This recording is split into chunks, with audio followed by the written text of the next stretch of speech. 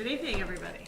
Being 6:02, we will call to order the meeting of the Winooski Community Development Trust Board of Trustees. We are sitting in that capacity this evening in order to take action on one item, and then we will adjourn that meeting and reconvene as Winooski City Council. So I would love us to all stand and do the Pledge of Allegiance, led by Councilor Colston. I pledge allegiance to the flag of the United States of America and to the republic for which it stands, one nation, under God, indivisible, with liberty and justice for all. Okay, as I said, we have one item on the agenda for the Community Development Trust Board of Trustees. I'll turn it over to Heather. Hello. So as part of City Council's for FY20 budget, funds from the Winooski Community Development Trust are proposed to be used for the Community Development Corporation budget. So as part of the budget approval process, staff requests that the Board of Trustees allocate $150,000 of WCD trust revenue into the general fund for this purpose. And this is reflective of a budget that we've already approved. Correct. This is a procedural step that we have to take in order to make it official. Yes. Okay. So as the City Council, you've approved the FY20 TIF budget, paying this note, and then you allocate the note payment back to the CDC budget, and you'll see later on your council agenda the approval of that budget. Correct. Great. Anybody have any questions about that? Any questions or comments from the public? Okay, then I would entertain a motion to approve the FY20 WCDC Trust Fund allocation in the amount of $150,000 to the Winooski General Fund for the Community Development Corporation. So moved. Second. Motion by Eric, second by Hal. All those in favor? Aye. Motion carries. I'd entertain a motion to adjourn the Winooski Community Development Trust Board of Trustees So moved. meeting. Motion by Hal, second by Corey. All those in favor? Aye. Aye. We are adjourned, and we have 1 minute until we will reconvene as City Council. So 20% efficiency right That's there. right. That's right. We're really relying on everybody to help out with it. Although there's some inconsistencies here because it says the meeting starts at 6:05 and then the public hearing Oh. starts at 6:05. As long as we're not early, right? Hey Greg, Okay, if you have copies now, you could give them out while we're revamping. we'll wait to get those and then we'll reconvene or convene. Thank you. Are these still warm? For the hotel agenda. Thank you. Look at that color. Isn't that lovely? Thank you. Is that Greg, do you need that one? Do you need that one? ketchup building? Condiments. Okay, so being 6:05, we will call to order the Tuesday, February 19th, 2019 meeting of the Winooski City Council. I ask everyone to rise for the Pledge of Allegiance, led by Councilor Hal Colston. I pledge allegiance to the flag of the United States of America and to the republic for which it stands, one nation, under God, indivisible, with liberty and justice for all. Okay, agenda review. I'm not aware of any changes that need to be made to tonight's agenda. Next on the agenda is public comment. This is an opportunity for folks who are here tonight to address the council on something that's not on the agenda. Is there anyone who would like to address the council at this point in time? Okay, we will move to the consent agenda. We have 3 items. City Council, approval of the City Council minutes for February 4th, approval of the warrant ending February 15th, 2019, payroll of January 27th, 2019 to February 9th, 2019, and subsequent to payout for December, and the approval of the certificate of highway mileage. I think we were all here on the 4th, so don't see a need to split it up. Any questions or comments on the consent agenda? Okay, then I would entertain a motion to approve the consent agenda as presented. So moved. Motion by Eric, second by Hal. All those in favor? Aye. Aye. I don't need to do that, but I did it anyway. Okay, city update. Great, thank you. I have quite a few updates this evening. So we are 2 weeks away from town meeting day, so I wanted to give the public and remind the council about some upcoming opportunities. Ballots are currently available at the city clerk's office, so anyone interested in voting in advance of town meeting day is welcome to come in during office hours, 7:30 to 4:30, and vote here at City Hall, or call and we will mail you an absentee ballot. A reminder that the community dinner where the mayor and I will do the city's FY20 budget and ballot presentation, and the schools will do their budget presentation, is tomorrow night at the OCC at 5:30. And then we have the pre-town meeting evening, the night before, Monday the 4th, presentation as normal up at the school, and that starts at 6 o'clock. Additionally, the annual report is now available on the website and will be available in hard copy. We have hard copies down at the senior center. The CCTV presentation on the budget and the ballot items is linked off of the city's homepage. So if you want to, from the comfort of your home, go and watch Nicole and I talk about the budget, feel free to do so. And thank you to CCTV for hosting that event. And then additionally, Paul Sarin, our communications coordinator, has put together a one-pager trying to simplify that presentation down to its essence. And that is, you have that on your tables today. There's a packet for anyone in the room who's interested. There's a bunch on the back table. It will be on the website, and it will be at the senior center, at the library, here at City Hall, and we're happy to give out additional copies to folks if they want them for other purposes. Those are all of our town meeting day prep activities. Moving forward, I've talked to both of the mayoral candidates about having a March 11th city council meeting. That will be the Monday following town meeting day. We are knowing that we have a lot on the agenda coming up in the next couple of months. We really want to take some time to do an intentional orientation for the new council. So it's not noticed yet, but just as a FYI to folks for scheduling purposes, wanted to share that we plan to host that orientation on March 11th. A couple other updates on things going on in the city. On Monday, I'll be participating in an infrastructure roundtable with Congressman Welch to talk about infrastructure needs in the city in the hopes of educating him on what we as a community need and what the state as a whole would appreciate from federal funding for infrastructure. We continue to work on the Equity and Diversity Summit that's scheduled for April 6th. So that's a summit for leaders in the city to come together and talk about structural racism, unconscious bias, and have a community conversation about breaking down some barriers. On Monday, we have a planning session with some key community leaders to help inform that discussion on the 6th. Additionally, Paul and others have been working with a group of students from the high school to put together some history and some data that will inform that conversation as well, and then those students will come and participate in that day as well. Big thanks to, I don't know, probably the 25 or 35 people who came out for the East Allen scoping study local concerns meeting on Valentine's Day. It was a great event here at the council chambers. A lot of community feedback on how to improve East Allen Street, do pedestrian improvements, slow down traffic, etc. We made two big grant announcements last week. Good work of Ray Coffey and Alicia and their team. We received $148,500 from the Land and Water Conservation Fund to fund the pool, which is a huge win for us. Ray and Angela also put together some analysis to show it's not only the $148,000 that we will benefit, it's by buying down that debt, it saves an additional $70,000 of interest payment over time. So it's really a significant win as we move that project forward.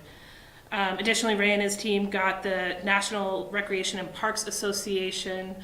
We were one of 10 communities that got this 10-minute walk grant of $40,000 this year. We're only one in Vermont.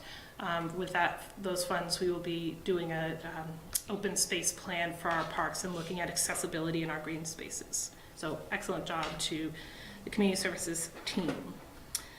The city has finally signed our MOU with downtown Winooski and are off and running with the implementation of that shared agreement.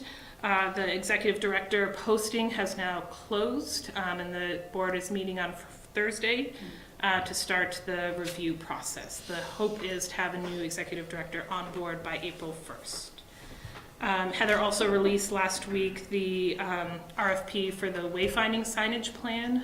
We talked about that recently, and that's again funded by a municipal planning grant, i.e. grant funds that we brought into the city to do this work.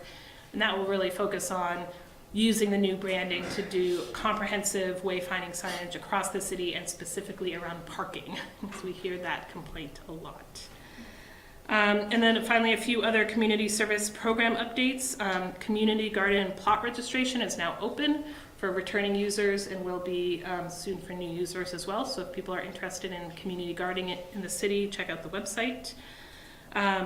Public speaking starts, a course on public speaking starts next Thursday and goes for a series of Thursdays down at the OCC, and registration for that ends this Friday. People are interested in that. Next Thursday, February 28th, we are also hosting a Black History Month celebration at the OCC from 11 to 3. It's during school vacation week.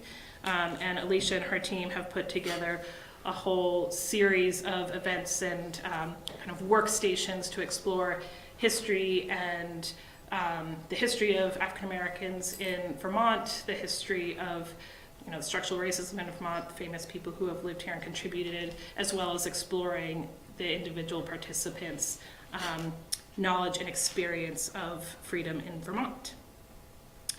Alicia and her team are also starting on April 1st on Mondays at the Senior Center, a program called Girls Rock Vermont, which is a music-oriented program to learn about instruments and singing and composition and choral arrangements and whatnot. So registration for that is now open. And of course, we also have yoga on Thursday evenings and a ukulele program starting up later in the spring. That's what I have. Thank you. Thank you very much.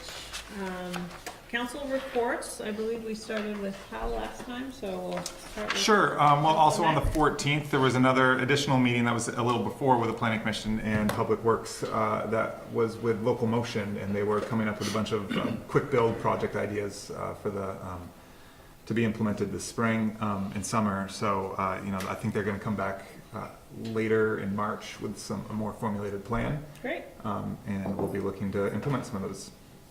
Excellent. Jesse covered a lot of the activities that we've been doing together in terms of the budget presentations. We did present at the Senior Center, is that a week ago? A week ago, the same day we did the CCTV program. Really want to encourage folks to share that link that's on the homepage to the website. It's about 20-25 minutes. Yeah. And in a pretty decent, if I do say so, overview of this budget, which is, has some complexities to it. And if your first exposure is at the ballot box, I think the opportunity to be confused is definitely present. So I'm really pleased that we have these information sheets. I think it does sort of boil down what the key pieces are. And looking forward to a great night tomorrow night. Hope we get a lot of turnout. I am planning to do a post on Front Porch Forum, just making sure folks are aware of the different resources that are available on the city's website to inform their process as they think about casting their vote on or before town meeting day, and also did a newsletter article. I'm not exactly sure when the newsletter will be out, but probably in the next week or so. So trying to hit a lot of different bases, a lot of different ways to get the information out. And appreciate all your help in doing that. Sure. I don't have anything to report. The Public Safety Commission was unable to meet last week. Okay. So I met recently with Jesse and Eric Borwald, and wanted to hear and understand from them what's on their radar with regards to issues in Montpelier. So I intend to meet with them on a regular basis to keep them posted on what's going on. I was unable to make the recent Public Works Commission meeting. Got detained in Montpelier, so I regret I couldn't be there. Thanks, Al. Yep.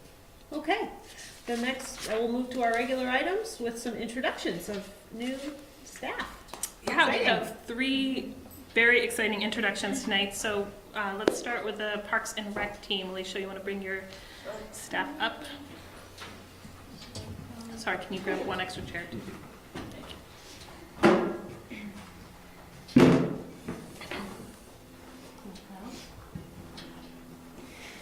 Hi, so this is my new Parks and Rec team. We have Sarah Franco and Claudia Brown. Already they have hit the ground running. I am super impressed. We have been busting out programs and man, they're so organized. So we're just doing amazing things. Our systems are really getting honed in and everything. And I think we're gonna do an amazing job this year. I think you guys will be blown away. Thank you. So you guys want to say a little something? Yeah, about Sarah and yourself? Claudia, if you wouldn't mind just telling us a little bit about your position and what caused you to want to work with us in Winooski. Awesome. I'm Sarah. I started mid-December as an AmeriCorps member for youth programming. So I feel that youth programming is super important. Having empowered youth is something the community needs. So that's something I'd like to focus on. Great. Well, thank you for joining us. Yeah, thank you. My name is Claudia Brown. I'm the recreation assistant. I found that recreation is really important, especially in our parks. Making sure you utilize protected areas so people in the community know why it's important to have these protected areas. Mm-hmm. Excellent. What are some projects you're most excited about as you hit the ground running? Well, I got the Black History event up and going, so it's It's really exciting. ready and going for next Thursday, so I hope to see everyone there. Yay! Should you tell them a little bit about your background and how you're going to be amazing with parks? Oh, Please brag about yourself. Yes, just a little bit. Please. I have 3 degrees. I have a bachelor's in environmental science and studies. I have a master's in interdisciplinary studies with a focus on environment and society, and a master's of science in environmental science and policy. Great. Yeah. So, and I've worked for the National Park Service, and so We lucked out. We sure really have experience in parks, and I look forward to it. That's fantastic. And we have, for such a small city, we actually have a lot of park space that, you know, is a real asset to this community. So we're lucky to have someone with your background and expertise Thank you. working with us. Thank you. Anything else? Any questions or?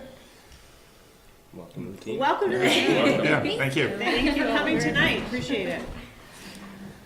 And then I'll invite Chief Heber and Officer Fay up as well.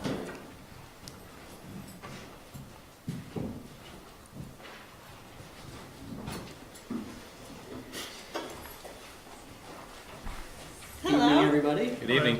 How are you? Great. So this is Aaron Fay. I'll let him do his story, but he comes to us from the South Burlington Police Department with 3 years of experience. Really super excited to have him join our team. Great. Hi, Aaron. Welcome. Hi, thank you. As you said, my name is Aaron. I worked in South Burlington for 3 years. I've lived in Vermont for 3 years. I grew up in Connecticut, and I moved up here to work for that police department. So I'm excited to be here. Chief Heber has created a really great environment downstairs. I'm looking forward to being a part of it. Great. Well, thank you for coming tonight and introducing yourself. I've heard a lot of great things about you already, so. And if I can share just a quick observation, I haven't said this to you yet. So in my experience, I have done a lot of public safety hiring. I was the HR director in Somerville, Mass. For a couple of years in a period of a big upswing in public safety hiring. So I've probably participated in about 150 police officer interviews in my career. I would say Aaron's interview was top 5 interviews I've ever sat in on. His ability to articulate what community policing is, why it's important, and why he believes in it was incredibly impressive. So I think he will bring a lot of energy to our community and really understands why policing in our community is so interesting and exciting. Yeah. What brought you to make the transition to Winooski? Just kind of touching on what the city manager had said. There's two environments you face with policing. There's an environment inside the police department, which is kind of like this, microcosm of the outside world, and then there's the outside world. So I wanted to come work here. Half the reason was because the environment inside the police department's great. There's a lot of freedom to do the kind of work you want to do, and given a lot of tools, trainings, things like that. So that environment is great. And then what I really enjoy doing in South Burlington was like the community stuff, getting out and doing the block parties and stuff like that, playing basketball with kids. That's fulfilling for me. So I see Winooski as the perfect place to implement that style of policing. And it's really just where I always pictured myself policing a more urban community like Winooski versus a more suburban community like some surrounding cities. Right. Well, thanks. Sounds like a great fit. Yeah. Absolutely.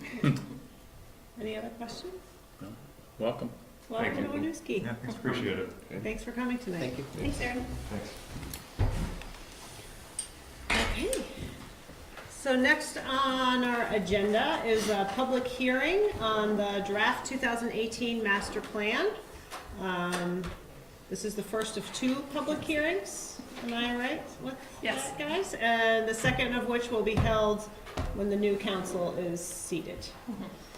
So we'll turn it over to Eric. Yes, thank you very much. So it may appear as though I have a presentation for you tonight, but in fact I do not. I just wanted to, so I apologize. I just wanted to look the part. Tonight is the first of 2 required public hearings for our master plan. You received a presentation on the plan back at your January 14th meeting. So I do have that presentation here queued up if you have any questions or want to get into any information. But really, the purpose of tonight's public hearing is to solicit input from the public on the plan itself, and to determine if there's any direction you want to go with any public comments, and then also formally set the second hearing for March 18th, as we had discussed at that January meeting as well, with possible action at that March meeting also.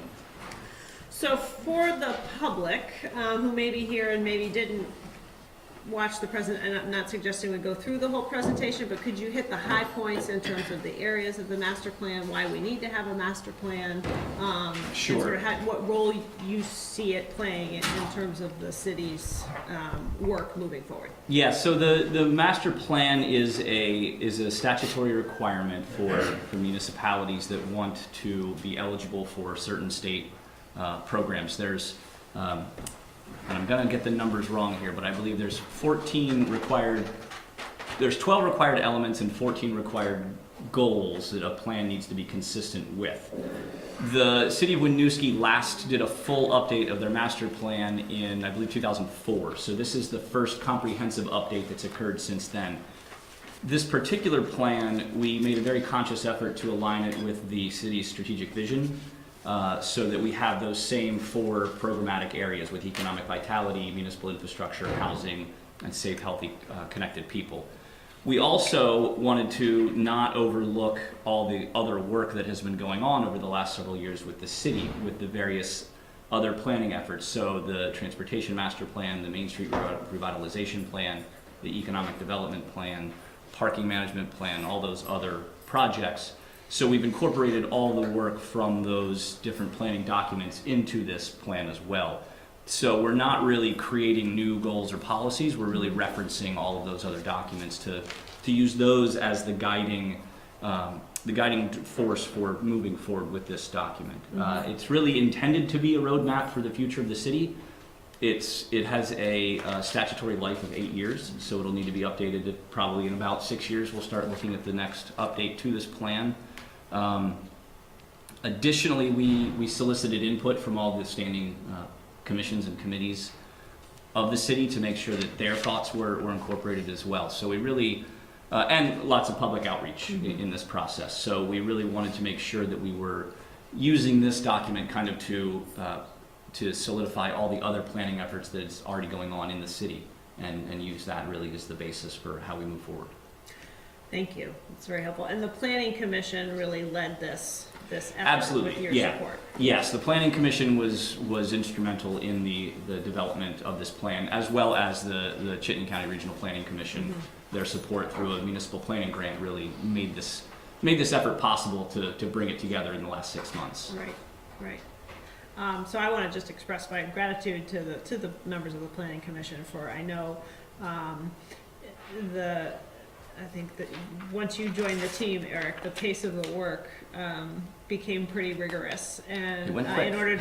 in order to meet the timeline that we need to meet, and I know, you know, individual commissioners took on a lot of work themselves to see this project through to completion on that timeline. So I want to just express my appreciation to those who put in a lot of volunteer hours to put together a really comprehensive vision that is reflective of where we've been, and incorporates, as you said, a lot of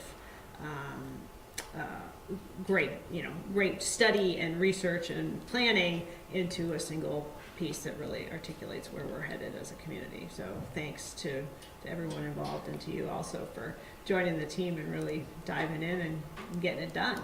Thank you. Thank you. I also want to point out that the current plan expires April 21st, I believe. So getting the new plan adopted by then is kind of one of the goals that we're shooting for, which is part of the reason why we have the second hearing scheduled so soon after town meeting day. We want to make sure that we have enough time built in that if the new council needs another meeting, we still can make that April adoption deadline without having the plan expire. Right. And I would assume that one of the topics of the orientation would be sort of orienting people to this process and why it's so important. But we had discussed the importance of the new council really owning the plan. I mean, we could have held a few pretty rapid succession hearings and gotten it done, but given the fact that this is a roadmap for the next 8 years, it felt important that the new council really understand the plan and take some ownership of it. So, so tonight I think it's an opportunity for members of the public to ask questions or provide input on the plan. Does anyone on the council have anything to say at this point about where we are? Is it maybe your last opportunity? Okay, does anybody in the public here tonight want to speak to the draft 2018 master plan?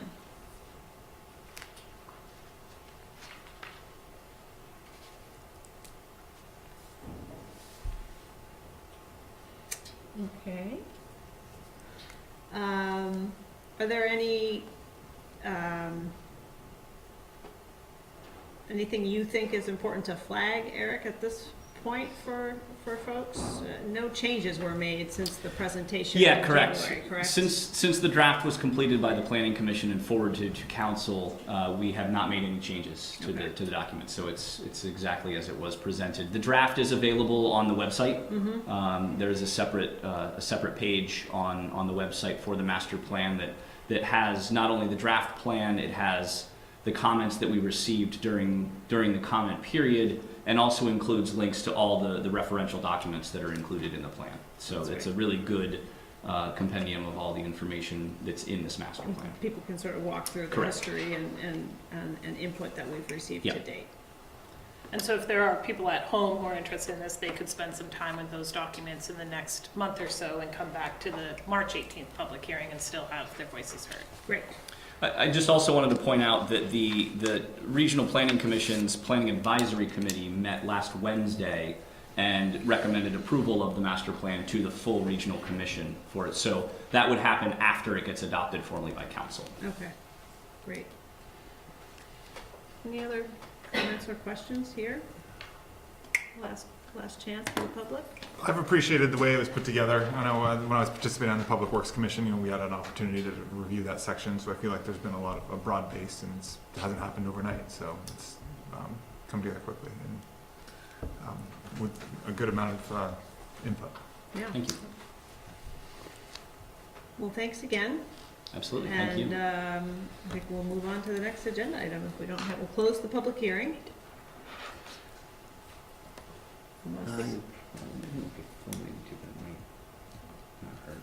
Yeah, the one thing we may, sorry. Okay. One thing that may be appropriate to do is to formally set that second public hearing for the 18th so that we can advertise that as a warned meeting. Okay, so that's March 18th? March 18th, correct. Okay. And at a regular city council? Correct. You need a motion for that? Okay, so I would entertain a motion for the second public hearing on the draft 2018 master plan for Monday, March 18th. So moved. Second. Motion by Hal, second by Eric. All those in favor? Aye. Okay, we have a date. Thank you very much. Thank you. We'll move on to regular items, or go back to regular items. Item B, approval of the permitting of a hotel and garage on Lot 7D. Greg and John and Jesse? And again, Stephanie Hanley from White and Burke is here, as well as Pete Kelly from DEW, the hotel developer, is also here with us, and Greg Rabideau, the architect. The technology interface. Yeah, take your time.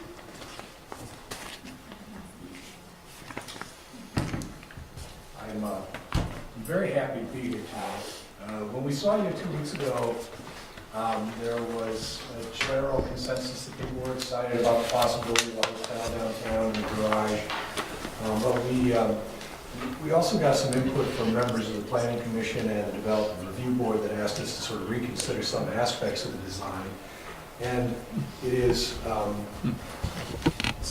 of what I like about my work is I like a challenge. So when we left here, when we last looked at this, we had a diagonal building, and I think the consensus from the design community was that it needed a stronger connection to the street. I think that was the biggest takeaway message. There were some detailing things, but I'd like to draw your attention to this site plan up on the screen at the moment. And what you'll see is that we squared the building up to the street corner and shifted it. We call this a Z-shaped plan, although it's not really Z-shaped. And immediately found a number of benefits from doing this to address the design concerns raised by the public. The first thing I can point out, I'm going to have to come up here to do it, unless you want to leave it alone.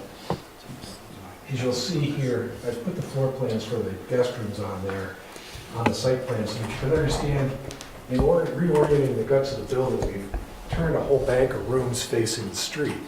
In fact, once we got going on the idea, we realized there was a lot of potential here, so that we now have guest rooms facing the street, a flank of guest rooms facing the park, and a flank of guest rooms facing towards the river. As it worked out, it's fantastic because only a few rooms, 4 rooms on each floor, will be facing towards the garage. So the first thing this does in terms of animating the streetscape is it really turns the active face of the building to the principal streets.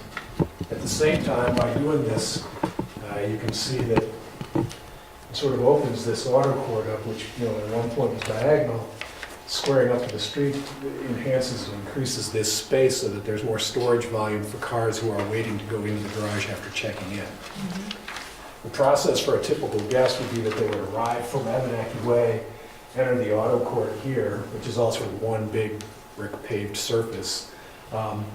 They can pause, park along the entrance, check in. Then hotel guests will go into the garage from here. After that, they'll exit through here. The general public who's only coming to use the parking garage will come and go from the principal entrance on Abenaki Way. Could you change to the next image then? Here's the view of the building with its reoriented design. And here you can see, facing Abenaki Way, guest rooms. But also facing the park. We've taken those 2 principal masses that are formed by that Z-shaped plan and articulated them each with their own kind of personality. And that starts to take what is one big building and make it read as 2 smaller masses. In addition, I'm going to ask you to draw your attention to the street level.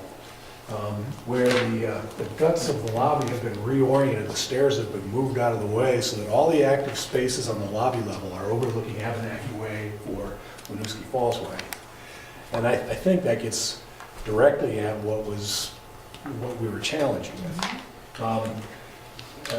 You can also see there's this really strong sculptural element here on the corner, which is intended to sort of act as a sort of monumental gesture to the length of Winooski Falls Way, so that as you enter Winooski from the Burlington side of the bridge, and you look down, you know, this will be there as a sort of reward for that long visual access.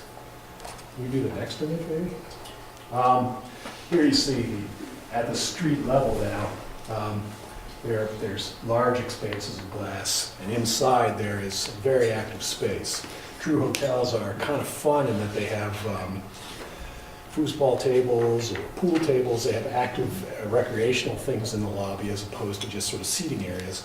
There's also sort of a core that serves as a sort of nerve center for the whole lobby level. So there are casual seating areas, places to get on your computer, places to sit, eat a little food, and all of those are now addressing directly to the street.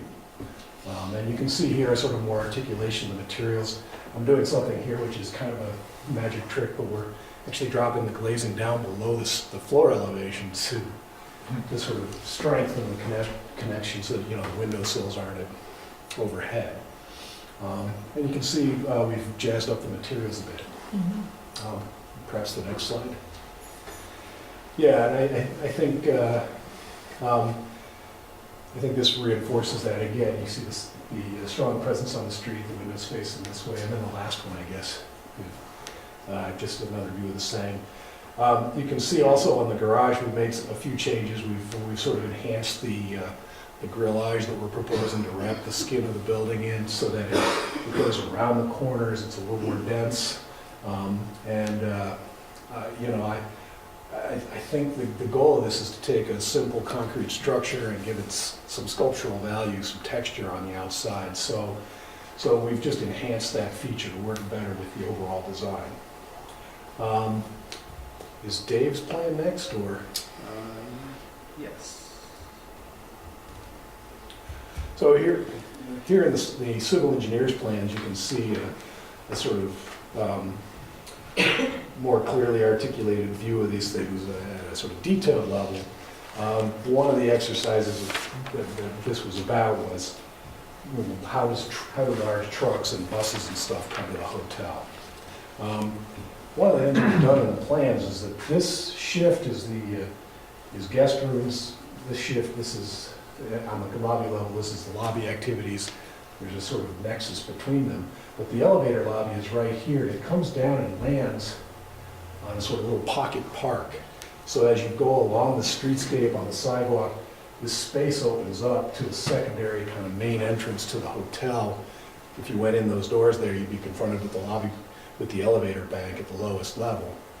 And then wrapping this corner at the lowest level is the fitness center. And so if a bus or a large group of people came, they would be directed down to here, where there's plenty of maneuvering space for them to move around and get back out. They would go directly into a sort of separate lobby area which had enough volume to handle the stacks of luggage and stuff that comes with hockey teams, say. And then that can all happen here independent of this main entrance up here. So we don't have to worry about how does a bus get into that auto core. You know, how does fire department access work? Because, you know, in addition to the street access that the fire department would have, you know, this is a good sized place for larger truck deliveries, and like I said, buses, that sort of thing. It also provides a sort of seamless opportunity for people using the hotel to come down, have this sort of node here right before you go into Casavan Park. Maybe we could go back to my rendered site plan because it's got a few features on there. There we go. There. And you can see a sort of articulated benches in here, and we've called for a sort of symbolic gateway right at the entrance to Casavan Park. So that whole experience of coming down Winooski Falls Ways delivers you to a point where you can access the hotel or the park a much better set of relationships over what was, discussed in our last meeting. Secondary benefit to that is the building overall, in its east-west orientation gets a little bit shorter, and that's going to help us on the construction side because just off the property line in this area here are mapped wetlands that have an underburden of archaeological finds in them. So that was an internal goal for us, but it's still positive coming out of this plan change. So you can see the forms got simpler, but the massing got bolder, and I think rather than just having a few bumps and grinds on the building, you got a substantial shift in the footprint, makes it a much more sculptural kind of approach to this. And then reinforced with the jazzy materials that we have been illustrating. I'm going to go back to the first rendering then. We've articulated a natural stone finish at the street level, it's a narrow kind of stone, kind of modern look to it. And two different types of cementitious panels with large hood moldings at the tops of the window banks. Actually here, there should be one here, it's not there, but so that we're trying to get away from this thing where buildings kind of come up and end in a kind of fake cornice. And this is a much purer, cleaner kind of form. Those elements show up as a sort of continuation of the window package. So in the main, I think we have established active uses at the streetscape level, open to the street through a lot of windows, but we didn't stop at the ground floor. We brought it right up through the building so that the active elements of the facade really interact with the street well. And I think in terms of the parking garage, there was some talk about, I don't know if we can go back to my site plan for a minute. The guts of the parking garage have been reworked where this was a stair, it's now an elevator with openings on both sides so that people from any level of this bi-parting garage can access the elevator. And then the stairs have been reworked to put one closest to the hotel and another one over here where it's really meant to serve people heading to CCB. We talked about accessible parking spaces. Those are this is the layout of the first of the street level of the garage. There are actually 2 levels of garage below this and 2 levels of garage above it, I believe. But you can see that as you come in, there's a bank of accessible spaces right in this area here, closest to the street for all users. We calculated for this many parking spaces, but by code, between 300 and 400 parking spaces would require 8 handicap spaces or spaces for the disabled. And we will have those, as well as that 8 would include 2 van accessible spaces, which generally they all have the wide spaces with the large unloading area, but the addition of an overhead height is what I think is really important for the van accessible spaces. So I think we got to what we were asked to do, and I'd like to find out if people have questions or comments about that. Thank you, Greg. I had one question about, if we could go to the rendering of the front of the hotel. Maybe even a closer view, yeah. So one of the issues we talked about was accessibility to the entrance of the hotel for folks who may have mobility issues, and it looks as though the barrier between the sidewalk and the building is still force folks into the driveway. So if you were trying to access the hotel not by car, but using the sidewalk, does that barrier still push you into the... The way it's illustrated here is, it was kind of a screw up, but Okay. this little piece of wall isn't really supposed to be there. Oh, okay. I noticed it was correct in your site plan. Right. In plan view, so it's not on So you this. can read a site plan then. Yeah. I just looked at the picture. What does the picture say? Yeah, you come up to this point here, and Okay. that side just got... So we're not, right, so the concern around forcing folks into a driveway No, you in would order be to able to access. access the auto court before the crosswalk. Great. And again, here's the elevator bank here. The secondary entrance to the building is also accessible. The only one where we have grade issue is the discharge from this exit stair. Okay. Which will come out of the sort of mid-level. Got it. Thank you. Any other questions from the council? That was the only thing that really jumped out to me as well, but I think this is a drastic improvement from last time. And I know that probably could have been a difficult meeting to get to the end of. So I appreciate you coming back with this. I think it's a much better fit for the neighborhood down there. Yeah, that's, once given the challenge, the shift to a Z-shaped plan would yield tons of benefits. You can see that from the lobby level plan that to the extent that we have guest rooms on the lobby level, they're well zoned away from the public spaces. And it seems, I'm bullish on Casavan Park. I think it's a great space. Probably going to get better over time. Right. But it seems foolish to have a hotel there and not be looking into the park at least when you can. Right.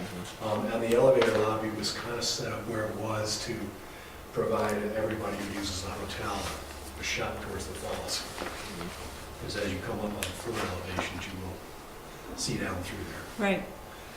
I think, in terms of incorporating a lot of the feedback and input, in terms of access to Casavan, I think that experience along Winooski Falls Way seems much improved to me in terms of being really intentional in the flow and access. So I think that's great. And the interface with the street certainly feels, it's just a lot more active an experience. So thank you for on such a quick time frame turning that around.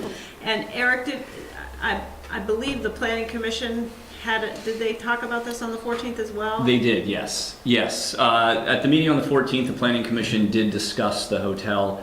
In your agenda packet is a memo from me that outlines the comments and responses to those comments from your first meeting, the last meeting when you looked at this, and then also it was appended to include the comments from the Planning Commission at the end. So comments 16 through 21 relate to the Planning Commission's discussion. I think in general they felt that it was a much improved design from what they had previously seen. There was a few issues that I think had come up, which Greg mentioned a few of them already with the large vehicle access to the back of the site. There was I don't think anything that they provided comments on or let me start that over.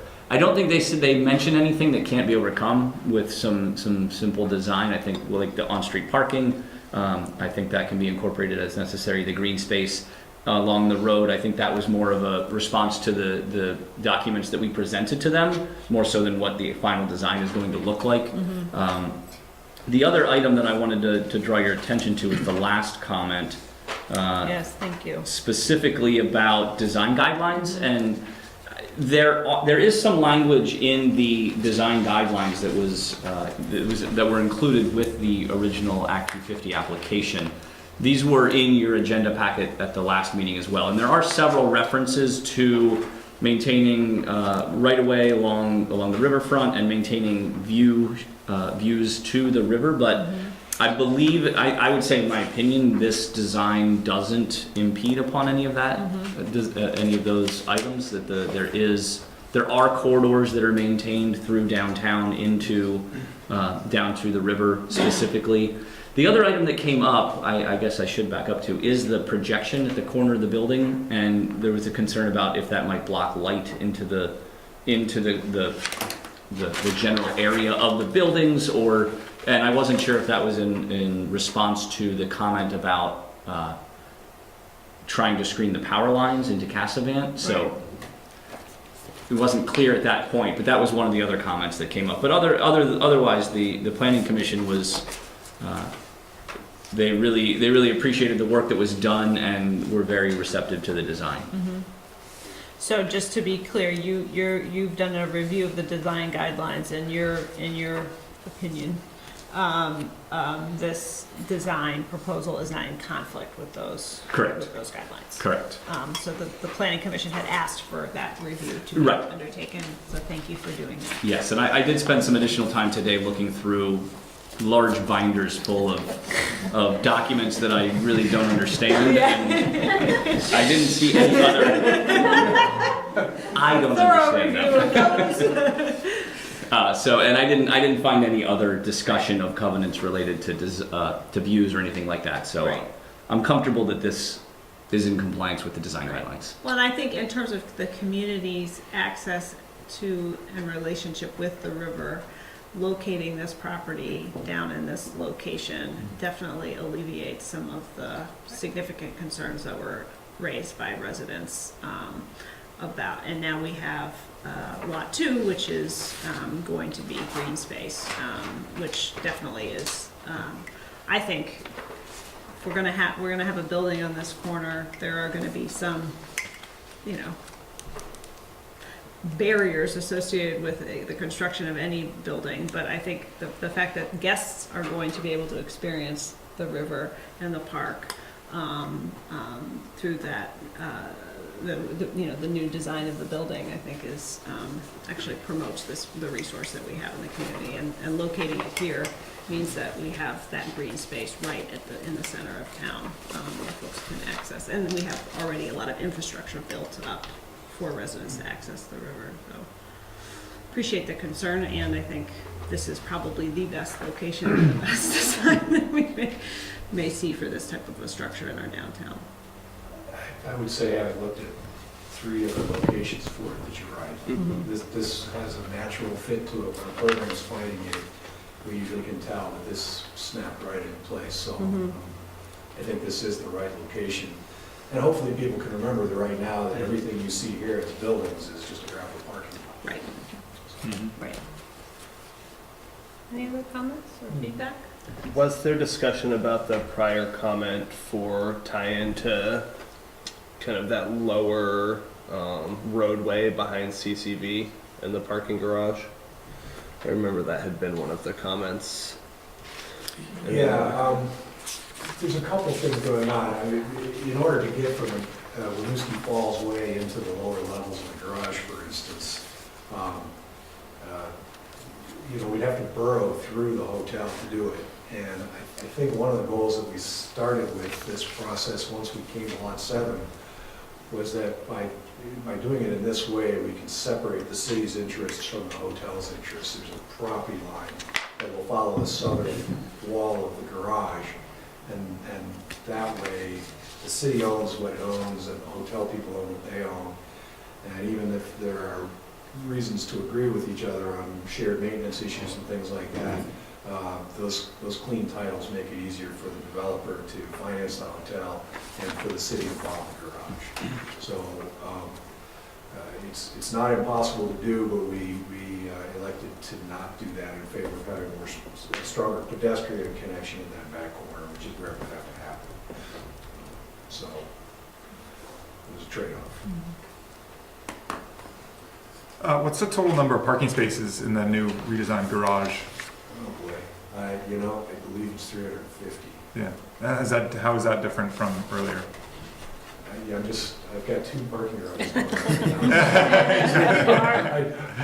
no, I think it's the same number as we presented. Okay. Good.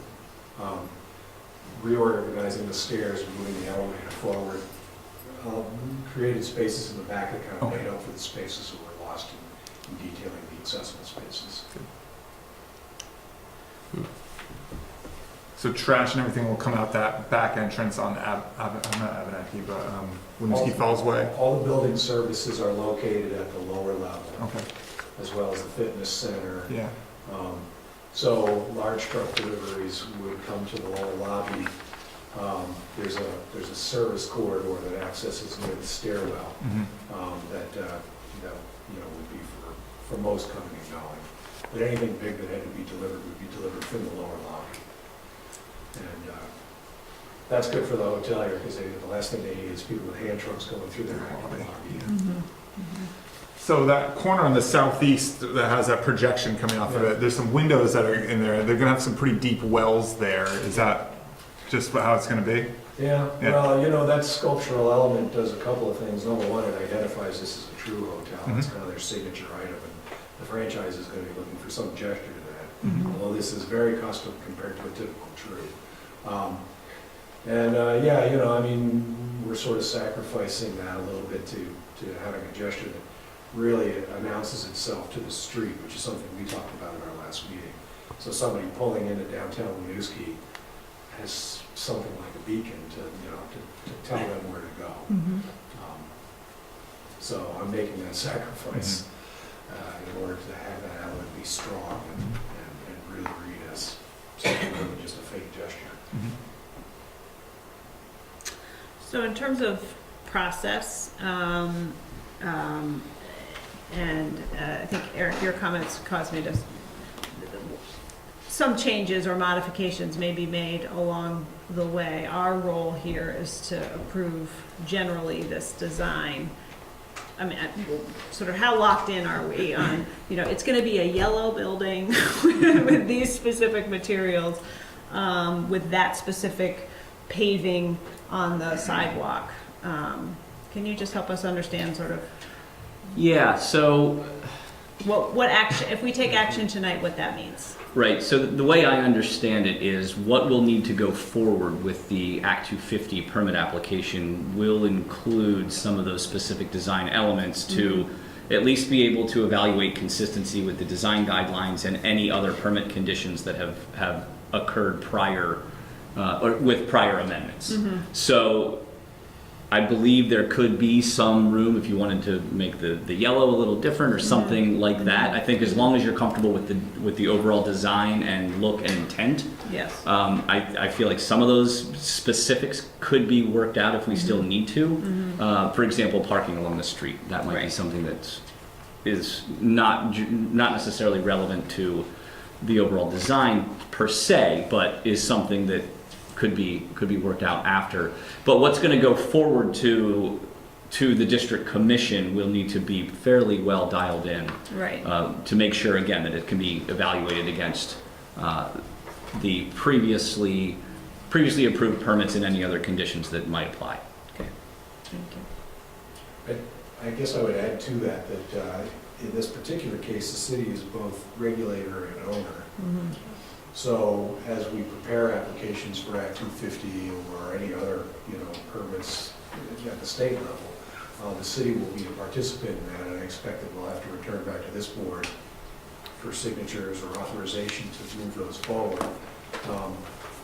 I'm never satisfied. I think there's a lot of room for improvement here, and we would like the opportunity to make those improvements as the plan develops. But generally speaking, in terms of color and things like that, that's a process where we'll set up sample panels and have field approval of those and stuff. So I'm receptive to the idea of additional input as we move forward, although I think there's a need to definitively say, yes, we want to do this project for the needs of the bonding. Right. I know you'll be seeing this again as it moves forward, but I think we are asking you for some level of approval tonight so that we can go into the town meeting with Clarity. Thank you. And just to add a little to that, this is going to be one of those projects that the council will vote on several times. The vote tonight is really the approval of the concept of this development and approval of the design as is.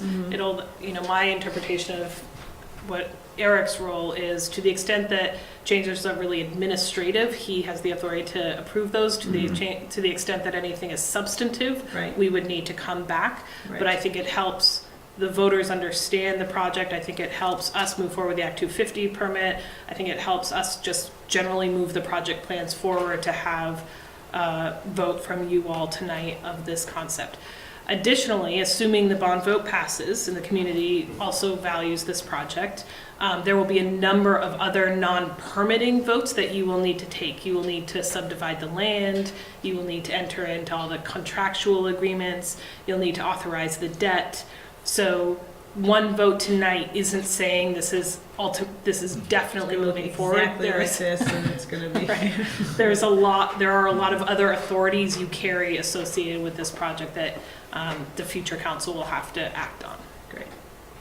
But I think it is important, in my view, that we take action to approve this design tonight so that we can be really clear with the voters what the design of the project is that we're asking them to vote on March 5th. Okay. Any other questions or comments from the council? I'll turn it to the public. Thank you. It was a huge change, and I know it was like only 2 weeks, Yeah. so I really appreciate you looking into it. Well, we were energized by the possibilities, so thank you. Good answer. Good. So democracy is all about. Okay, any questions, comments from the public on the new design of the hotel and garage?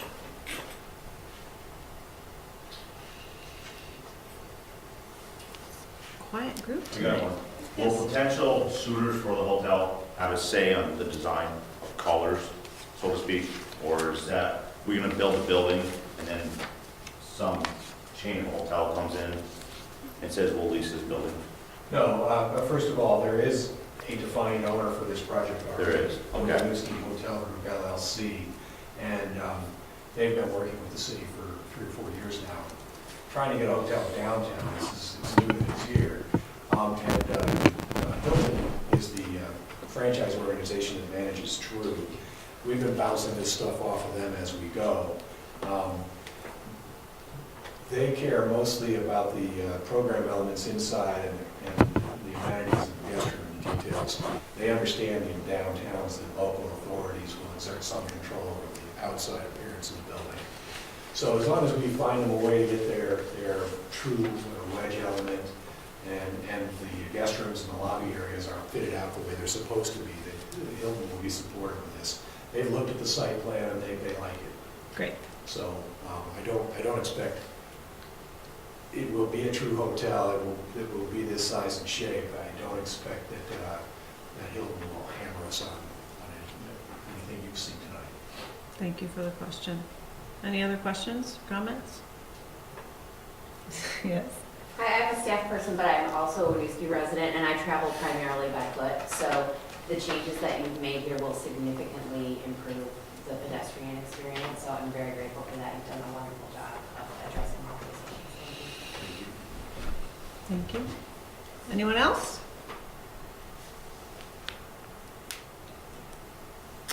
Okay. So at this point, if no one else has anything to add, entertain a motion to approve the permitting and design of the hotel and garage on Lot 7D as presented this evening. So moved. Motion by Eric, second by Hal. All those in favor? Aye. Aye. Motion carries. Thank you very much, all of you, for your hard work and for being here tonight, being so responsive. Exciting. It is exciting. So we will move now to item C, a discussion of the Myers Pool rehabilitation and project update from our Director of Public Works and Director of Community Services.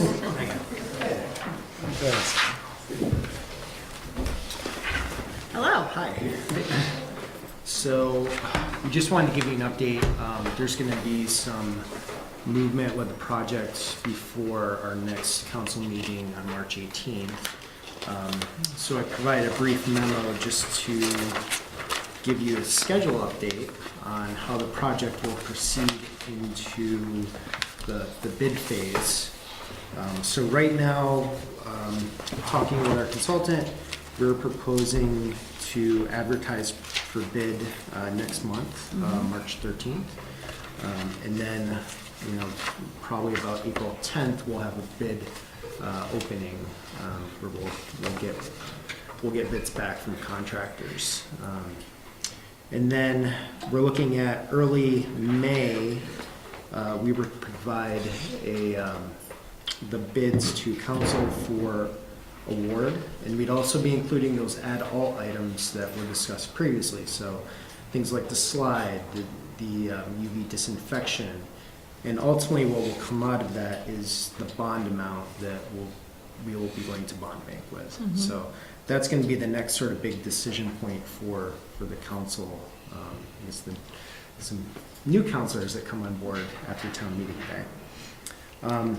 And then Can just I just say a yep. few, so I just want to underline that point because that's kind of a drop dead deadline for fundraising activities and the decision by the future council of how much debt we're actually going to incur, how much of that debt we can buy down. Right. We of course can continue fundraising beyond May, but it will be fundraising to pay debt service, not to prepay that interest. So that's a really important date to keep in mind, that early May date. So, but it's also important that the job that's being bid on is the engineering design that was approved by the former council or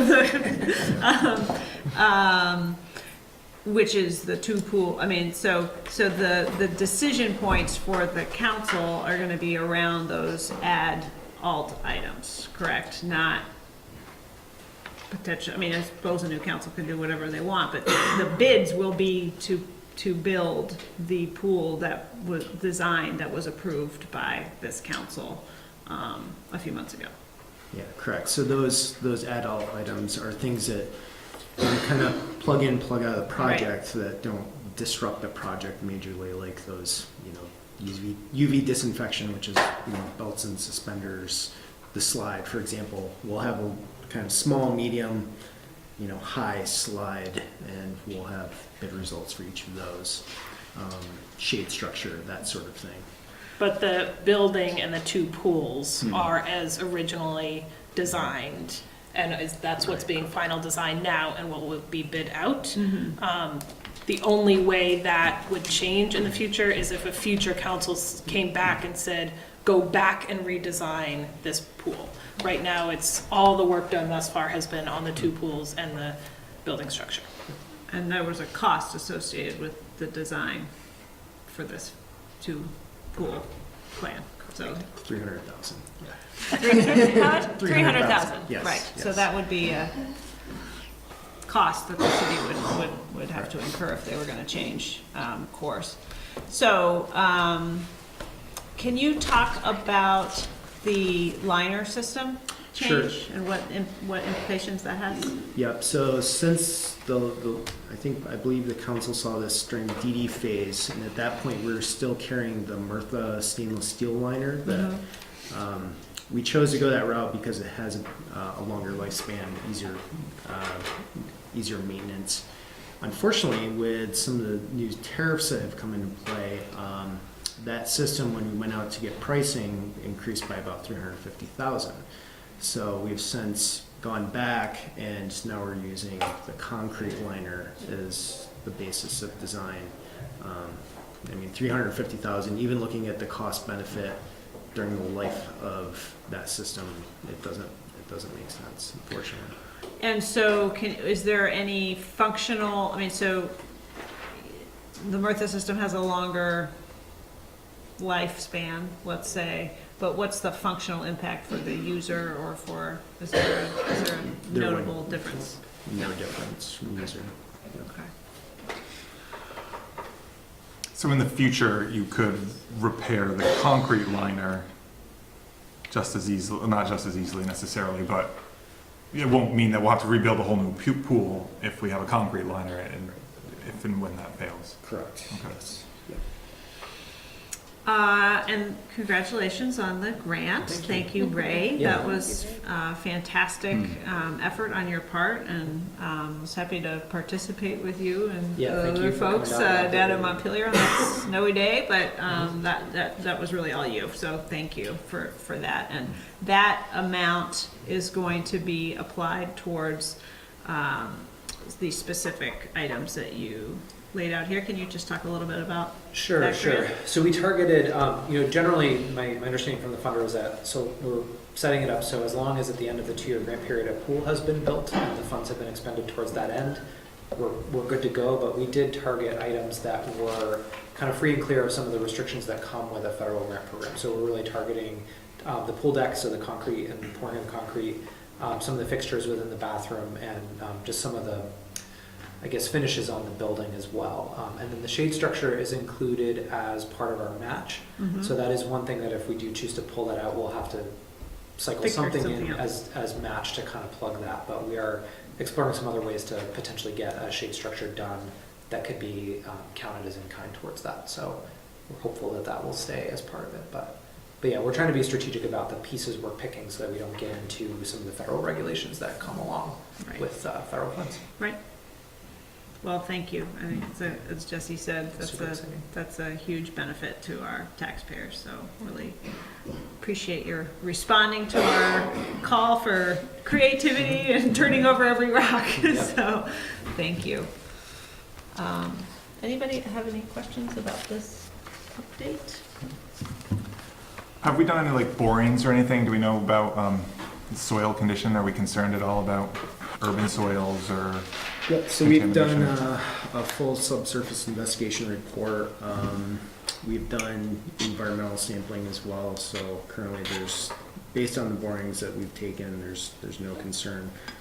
We have had to design the pool for, there's under drains for potential seasonal groundwater. So that's something that's included in the design. But yeah, nothing of concern there. Good. Okay. Any other comments, questions? Comments or questions from the public? I have one. Yes. Mike Myers, part of the Myers Pool Foundation.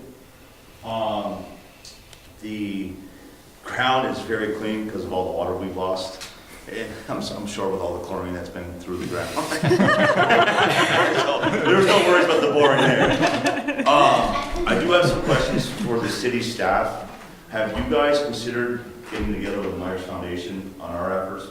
Because the city we were asked to raise a certain amount of money for certain amenities, such as a shaded structure. And I want to know if has there been miscommunication on this? Because there are some things in there that we have actually already done. And I don't know if it's our fault or if it's just, we just haven't gotten together. I'm pretty sure the shaded structure has already been donated to us from the Myers Foundation. So that's great to hear. So, but I don't want to, I mean, I think that money can be allocated somewhere else. And to go back to the pool liner, I think we learned past the concrete pool. And what's the lifespan on the concrete liner? 20 years?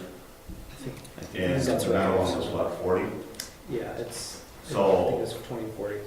with the money that we're raising, is there a chance for that to be a tabletop? Because I think we've learned that passing the concrete pool isn't as easy as people think it is. And the original design was for that 40-year liner. And I realize that $350,000 is a lot of money, so it's a no-brainer really to go with the concrete one, but I think it's a conversation with the Myers Foundation, for sure. So, sure, I mean, for us to convert back to the mirth liner, if there's additional funding available, it's not a difficult task for our consultants, because it's already designed. Yeah. So if pending funding, that is something, I guess, that could be looked at. I think the challenge with funding it internally, though, is that the cost benefit doesn't outweigh the additional cost up front of the liner at this point. So I think if someone were to come in and say, here's $350,000, we want you to build this steel structure instead of a concrete structure, we would probably happily consider that. But right now for us, we are not seeing a way that we would capture back the increased cost up front over the life of that. You know, those extra 20 years aren't going to save us $350,000 essentially. So I think it's something, you know, if the foundation has great success and hits $1 million, then let's talk. I mean, we've done we pounded the pavement for sure. Like I said, I'm actually not 100% sure, but I'm sure enough to say that the shade structure has been doing it.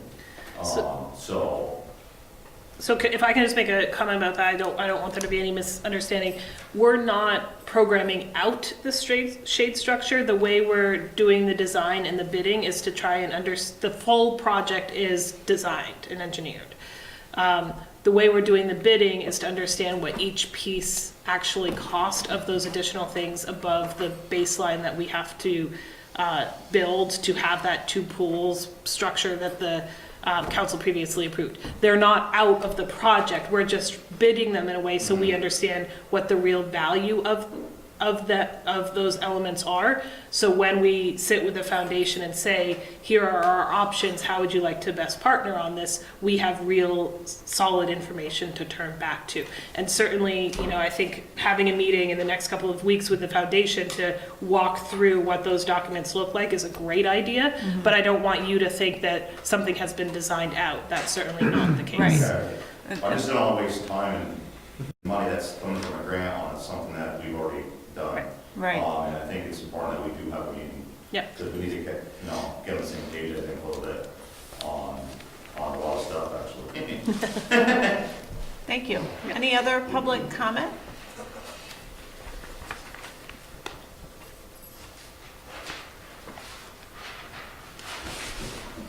Okay, yeah.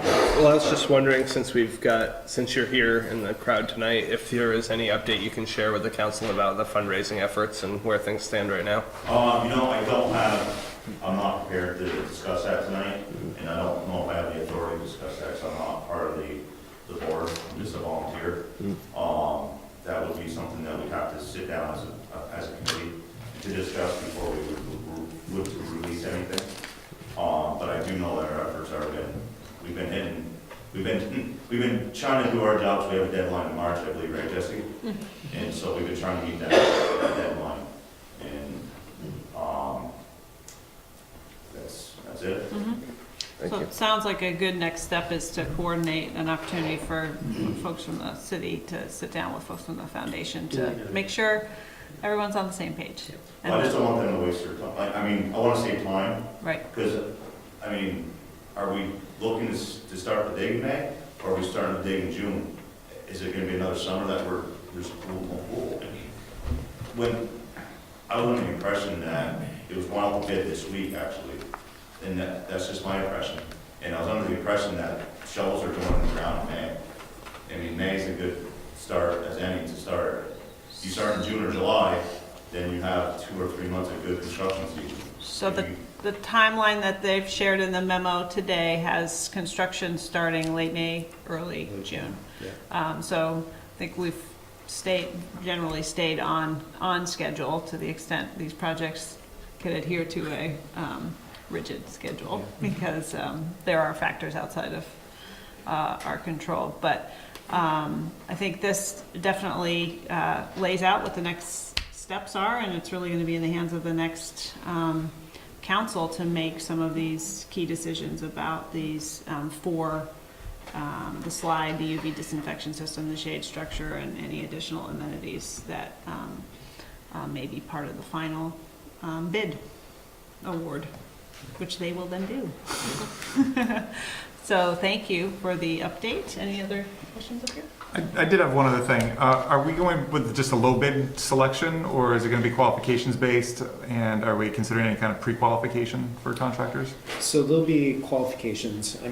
Typically it would be low bid if they're qualified. So if there's, for some reason a contractor comes in low bid, nobody's ever heard of, they don't have the experience required to do the project, then more likely we would go to the second. As long as we're considering somewhere in the bid documents that doesn't just say, low bid will be awarded. It says, we'll have qualifications, selection. I'll build it for $50.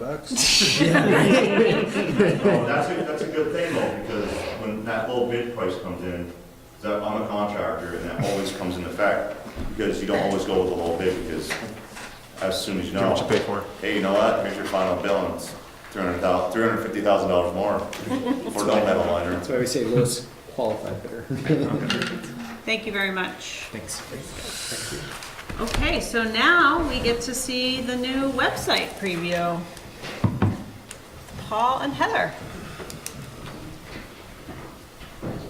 It's kind of fun to see all these things, like So much.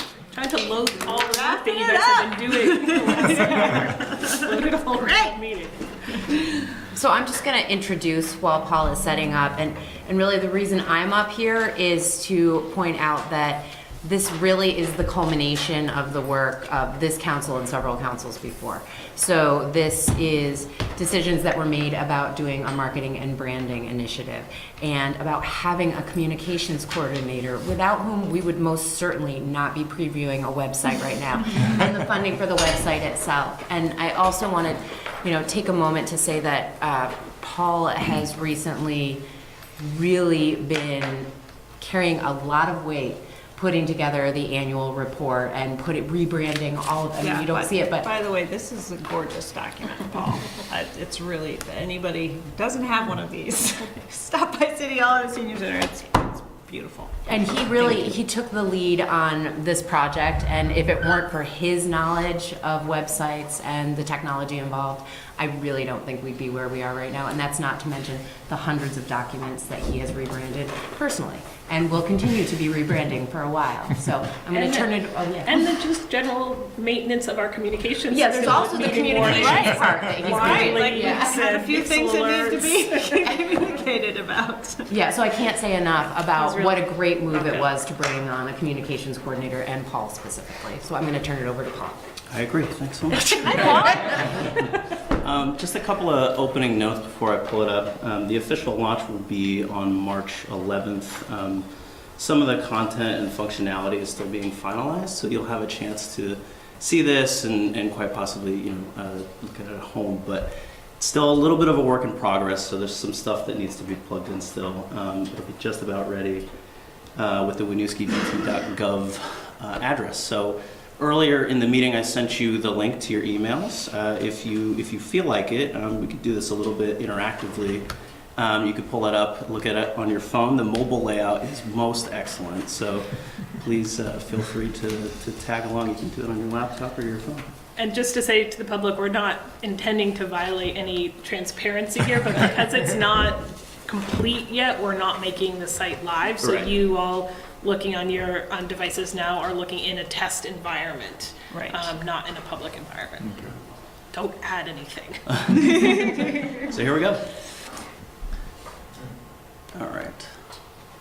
So the first, I think the first noticeable improvement, obviously, is the overall sort of modern design style that's been integrated in a simplified, user-friendly global navigation. So it's like any other website in that you have your main navigation, but there's a lot of really cool things that were integrated into it. One of the first things I think I want to go over regarding to the navigation is the How Do I tab, which was sort of a feature of most of these Civic Plus websites, which is really great. But what we've done here is essentially taken the top 7 of the most requested services and made it really easy. You'll notice that Find and Pay for parking is at the top there, both because most everything on the website is organized alphabetically, but that just so happened to be at the very top there. The other thing about the main navigation is the departments tab. So we're all here now, which is the first time ever, which is really great. So each department is there, and you'll see all the sub-departments. Feel free to click on it when you're going through.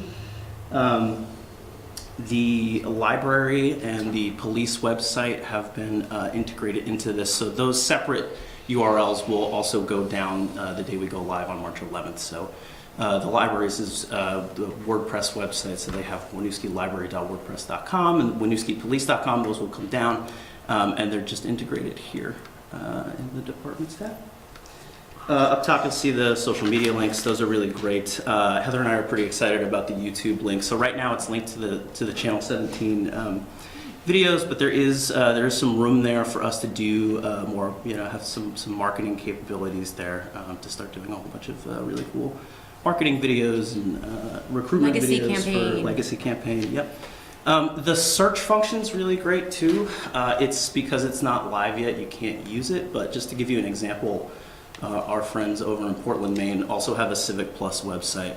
And this is what the search function looks like. You can see if you just look up something like parking ban, it'll come up with all of the different types of documents that are related to that. It's mostly chronological, and yeah, it's great.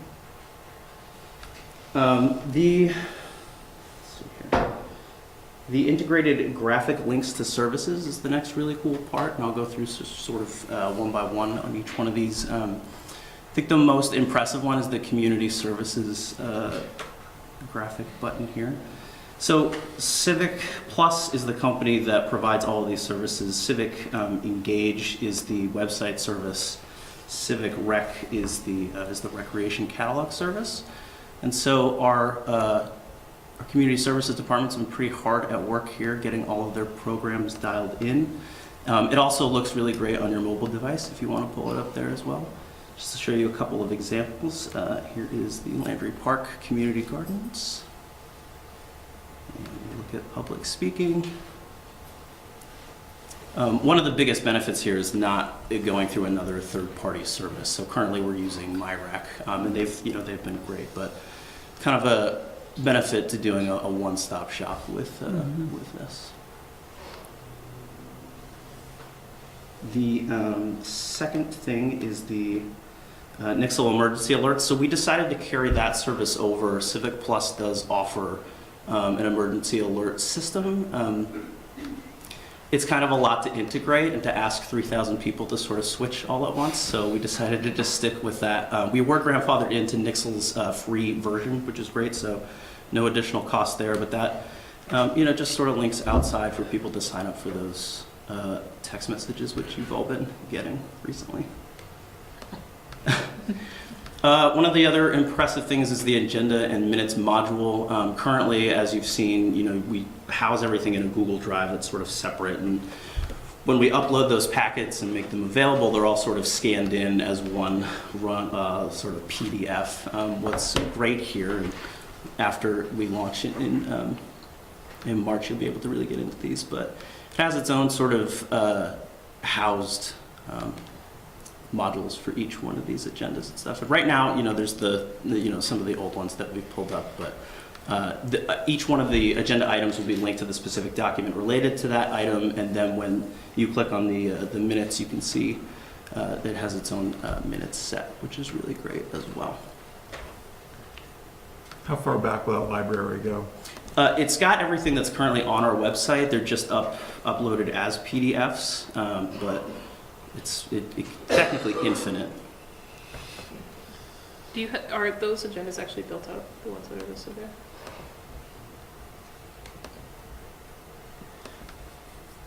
So this is not built out yet. But so just, can you stand that? So just gives you, if you go back.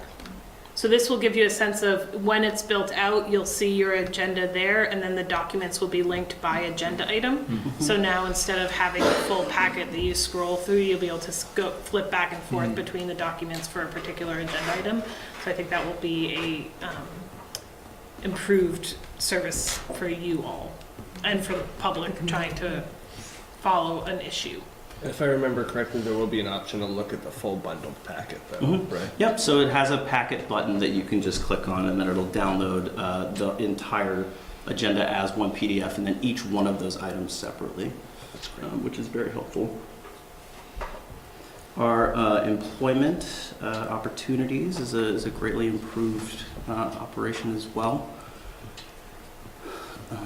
As you see here, we're not currently hiring for this position, but this is a sample position I've posted here. You can see all the job details. One of the biggest improvements here is the online application. So if you wanted to, you could download the full job description and our employment application and send it in. But we have built out a fully integrated online application, which will make Julie's life a lot easier. Yeah.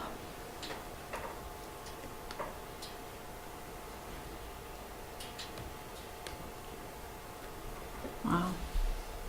So the news updates, just the same as we do now, where you can sign up for those via email. It's pretty straightforward. We do those sort of like blog posts, and every time one of them goes out, our current email subscriber list will be just ported over. It will ask users to sign up for an account.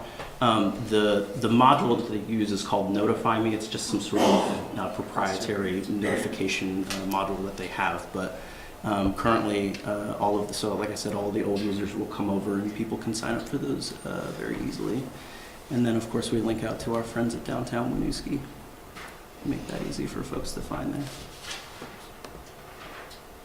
One of the other really great things that we've integrated is, on our current website, we have the current initiatives tab, and what that helps us do is it helps community members get to those items rather quickly.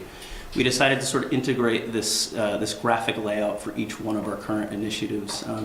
It fits 6 pretty comfortably, which I think is more than anyone who's looking to really dive into. All right the on the initiatives we need. Yeah. I'll show you a sample one. Main Street is a really good example. You can see here, most of these project pages will sort of look the same. Get your project context on top, your sort of introduction, your project updates, history. There's all these really cool sort of little modules that you can sort of plug and play anywhere you want. Most notably, the related documents is pretty great. So if you're looking at presentations, as they've happened, they just integrate really nicely. The FAQ section is pretty excellent as well. This was actually a surprise. There was lots of little things that we found as we were going through this process that were really great. So if you're looking for a lot of these just basic questions, it's a really nice layout to sort of come here and have them all housed sort of in its own section, as opposed to just one long run-on web page. One of the coolest things that I think that they've done is the translation, instead of having just sort of a static thing, this Google Translate widget will follow you every single place you go on the website. The Google Translate service is our best option because it is Google. They are the biggest tech companies in the world, and they're sort of at the lead of the sort of real-time translation services. So we'll look at Arabic. And it's instant. It is instant, yeah. So right there, the website is completely in Nepali. Arabic. Well, let's look at Nepali.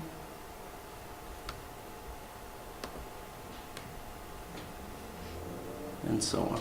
Yeah.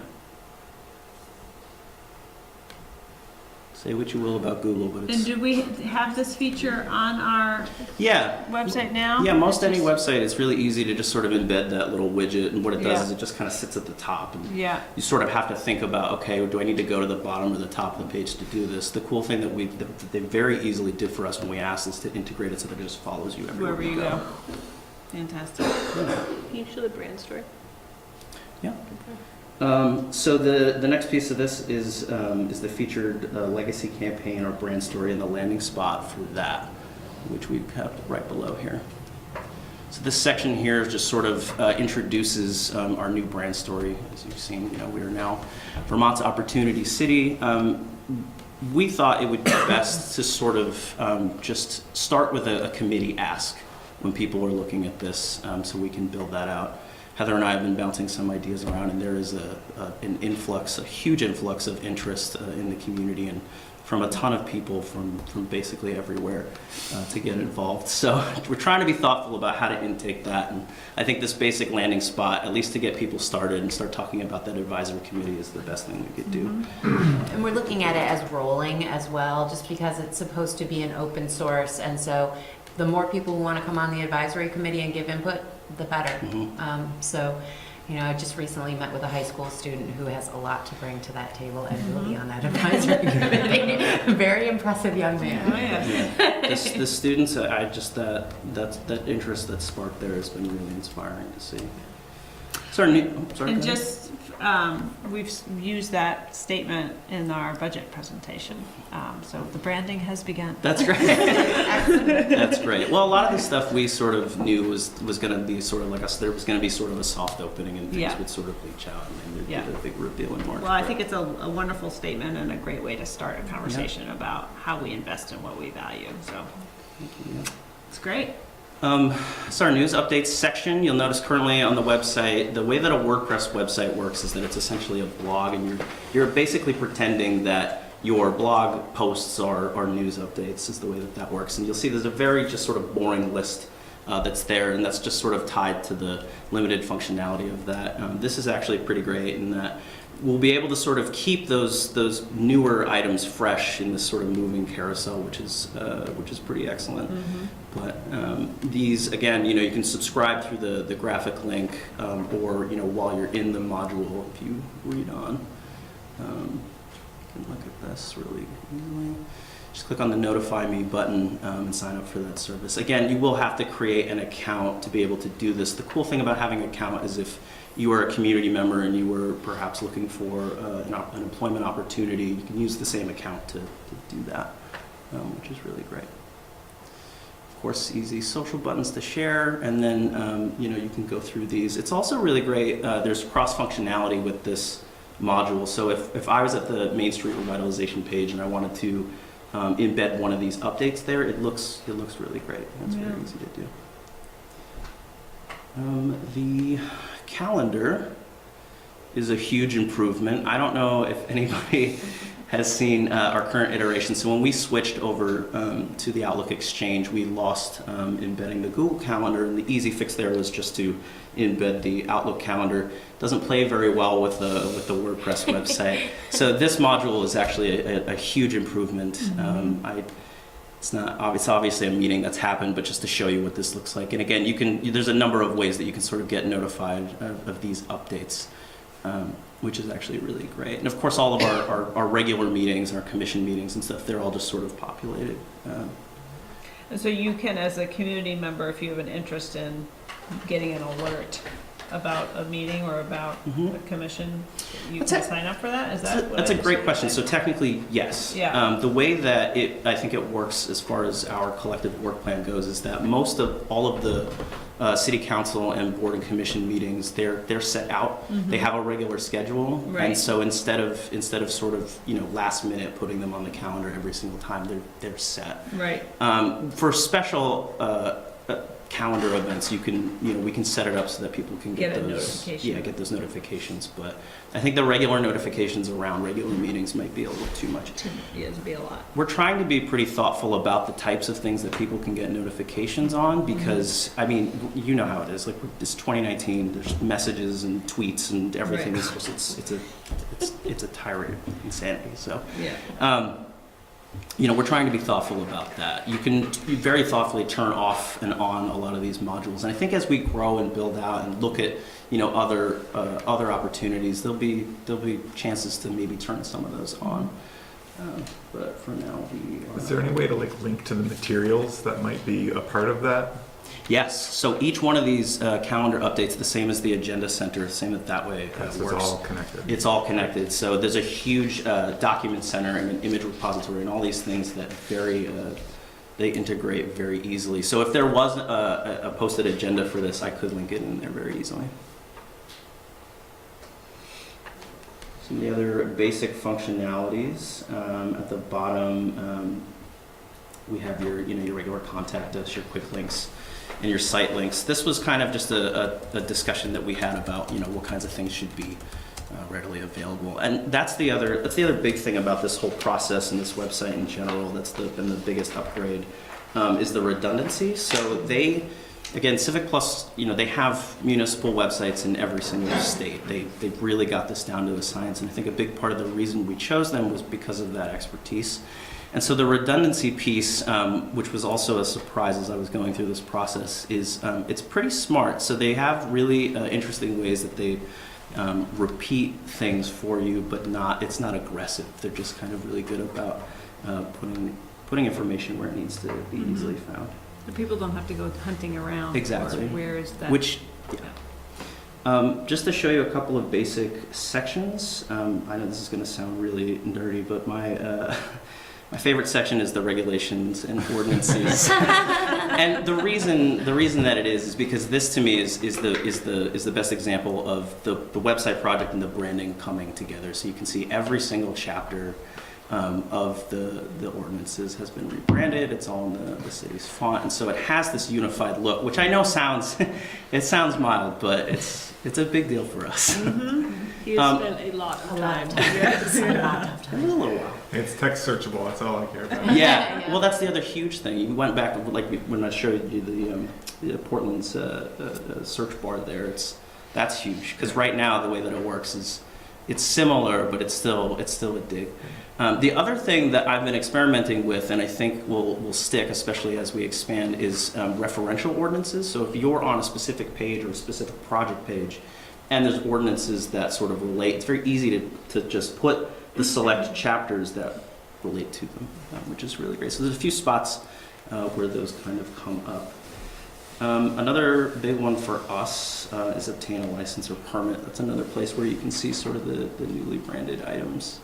As of right now, and I'll get into some of this later, a lot of this is as PDF. So if you're looking for one of these forms, you do have to download it, fill it out, send it in. There is the option, depending on where you are on the website, to email those.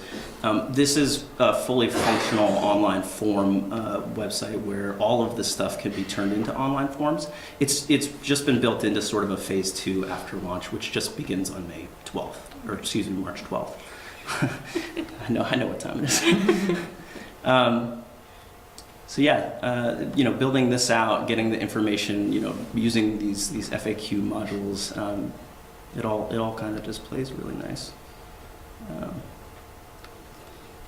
Show you another quick page here. We'll look at the police department page. So again, all of this stuff that we brought in and consolidated, it just integrated so nicely. Lots of opportunities for cross-referential. You can see the co-brand there as well. Yep. Our school resource officer page. Mr. Zider is not here, but shout out to him and the important work he's doing. This is great. It's just nice to have a space to be able to celebrate the work that we're doing in a proper way. Just a couple more here. Look at the fire department. It's another example of a page that has not existed historically on our website, but now is easy to do. This amazing firefighter staff. Yeah. There they are. Thank you, Chief. And then, sort of the last real functional piece is the staff directory. So this is huge for us. It's not just one run-on list, which looks really great. So if you're trying to look at all of the sort of public safety staff, they're all here. It's all listed very nicely. Each address comes out to its own map and location and first name basis. I thought that was a nice touch. Being able to email us by first name is great. And again, when this goes live, everything will be at the .gov URL. So again, the phase 2 stuff, it's the online forms. The big one, which isn't here yet, is the pay bill or fine. So that's really connected to the credit card payment processing, which we just, we're almost, I think, moments away from, I'm looking at Angela, closing the RFP on that. Yeah, so we're meeting with GovPay on Friday. So once that is all figured out internally with how to process credit card payments, another piece that has been long overdue, that'll be live soon. And then John and I have been having conversations about a request tracker, much like SeeClickFix. It's a product that's available through the asset management program that we use now, NextGen. So they're in conversation. It would be a third-party module, but it would be easy for folks to sort of use that and integrate that into the page as well. Questions? Extraordinarily impressive. Yeah. Thank you. Thanks. The only question I have is around ADA accessibility. Yeah. Is this website fully compliant? It is. It's actually more than fully compliant. So this was another real educational piece for me as far as what ADA compliance is, how it works, and how it grows. So a big part of the reason we chose Civic Plus is that that's their wheelhouse. They're looking at that stuff every single day. So it is fully ADA compliant. And it will be as long as we hold this contract. Great, so they're part of their responsibility or on their end is to make sure that we maintain compliance. It's all baked in, which is Yeah. really great. It's all sort of in the code, as they say. Thank you. This is, Thank you. I think in terms of transparency and accessibility of government, this is a huge step forward, and really allows our residents and visitors to get the information they need in a way that, in whatever language they, which I think just visually, graphically, there's a lot of cues for folks about, how to get information that's going to help them either be, participate in our government or access services that we offer or just get information about the city. So thank you. Thank you. Gotta love that mobile drop-down menu. It's so good. That's a different world. I know. I reserve some. I was a little concerned because it's a hard science getting this much information to cover this much ground over these many departments and XYZ to fit nicely on your phone. I mean, let alone one website. And so I was a little skeptical going into it because I didn't think that that anybody would be able to really provide something that was going to work. And so, for me to be pleasantly surprised and really happy with that was great. I actually called them after I had tested it once they made it live, and I was just like, I was floored by how easy it was to use. So, really happy with that. Has your testing been pretty much internal with staff? Yep, it has. We still have some work to do in sort of plugging the rest of it in. I think it's pretty safe to say, and Civic Plus has made us pretty confident that it'll be launch ready when it's launch ready. It is user friendly enough. I think that if folks have questions about it, there's plenty of space for them to contact me directly and ask questions about the usability of the site. Yeah, I was just wondering about if you had thought about bringing other users, folks who would be using our website as residents, and to do a round of testing just to get their thoughts and feedback on somebody who hasn't had their eyes on it, someone who's not super familiar with our city departments. Sure. It's a good idea to have some people beta test from different backgrounds. That's just something we've done in the Secretary of State's office with our different IT projects, and it's yielded really good results. It's a really good idea. Yeah, no, it's obviously very easy to put together. We'd be happy to sort of do a week of that or however long. Well, what thoughts do you have about rolling it out to the public so they know that we have a new site? There'll be a press release. There'll be a little, there'll be a couple days of buffer. I'm going to send an email out directly to our email subscribers, letting them know. There is a bit of an overlap piece, and Ray, feel free to chime in here with the users of our current recreation platform on MyRec, with being able to switch those accounts. We're trying to make that as barrier-free as possible. With any change, there's going to be some hiccups, but it's looking like it's going to be a really smooth process. And with the redirects, I mean, it's even if somebody tried to go to the old website or the police website or the library website, it's all going to loop back here anyway, sort of without anybody having to think about it. Great. Okay. Any other questions or comments for Paul and Heather? Good work. Yeah. Thanks. Excellent. Amazing. Any questions or comments from the public? Nice job. Thanks. It's very thoughtful and looks pretty easy to navigate through, especially someone that's technically challenged. I think very, very well done. Thank you. Yeah, Civic Plus, they put a lot of thought into sort of the architecture being, I mean, it's supposed to be a website for anybody and everybody. So there's a lot of thought that goes into just making it easy. And, websites have come a really long way, period. I mean, they're so much more user-friendly than they've ever been. Okay. Thank you so much. Thank you. Look forward to the live. Thanks for having me. Thanks. Launch. Thank you, Paul. Thank you. So we'll move on to item E, approval of the Downtown Transportation Fund grant application. Heather, you'll be staying with us? I'll be staying with you for the next few items. Okay.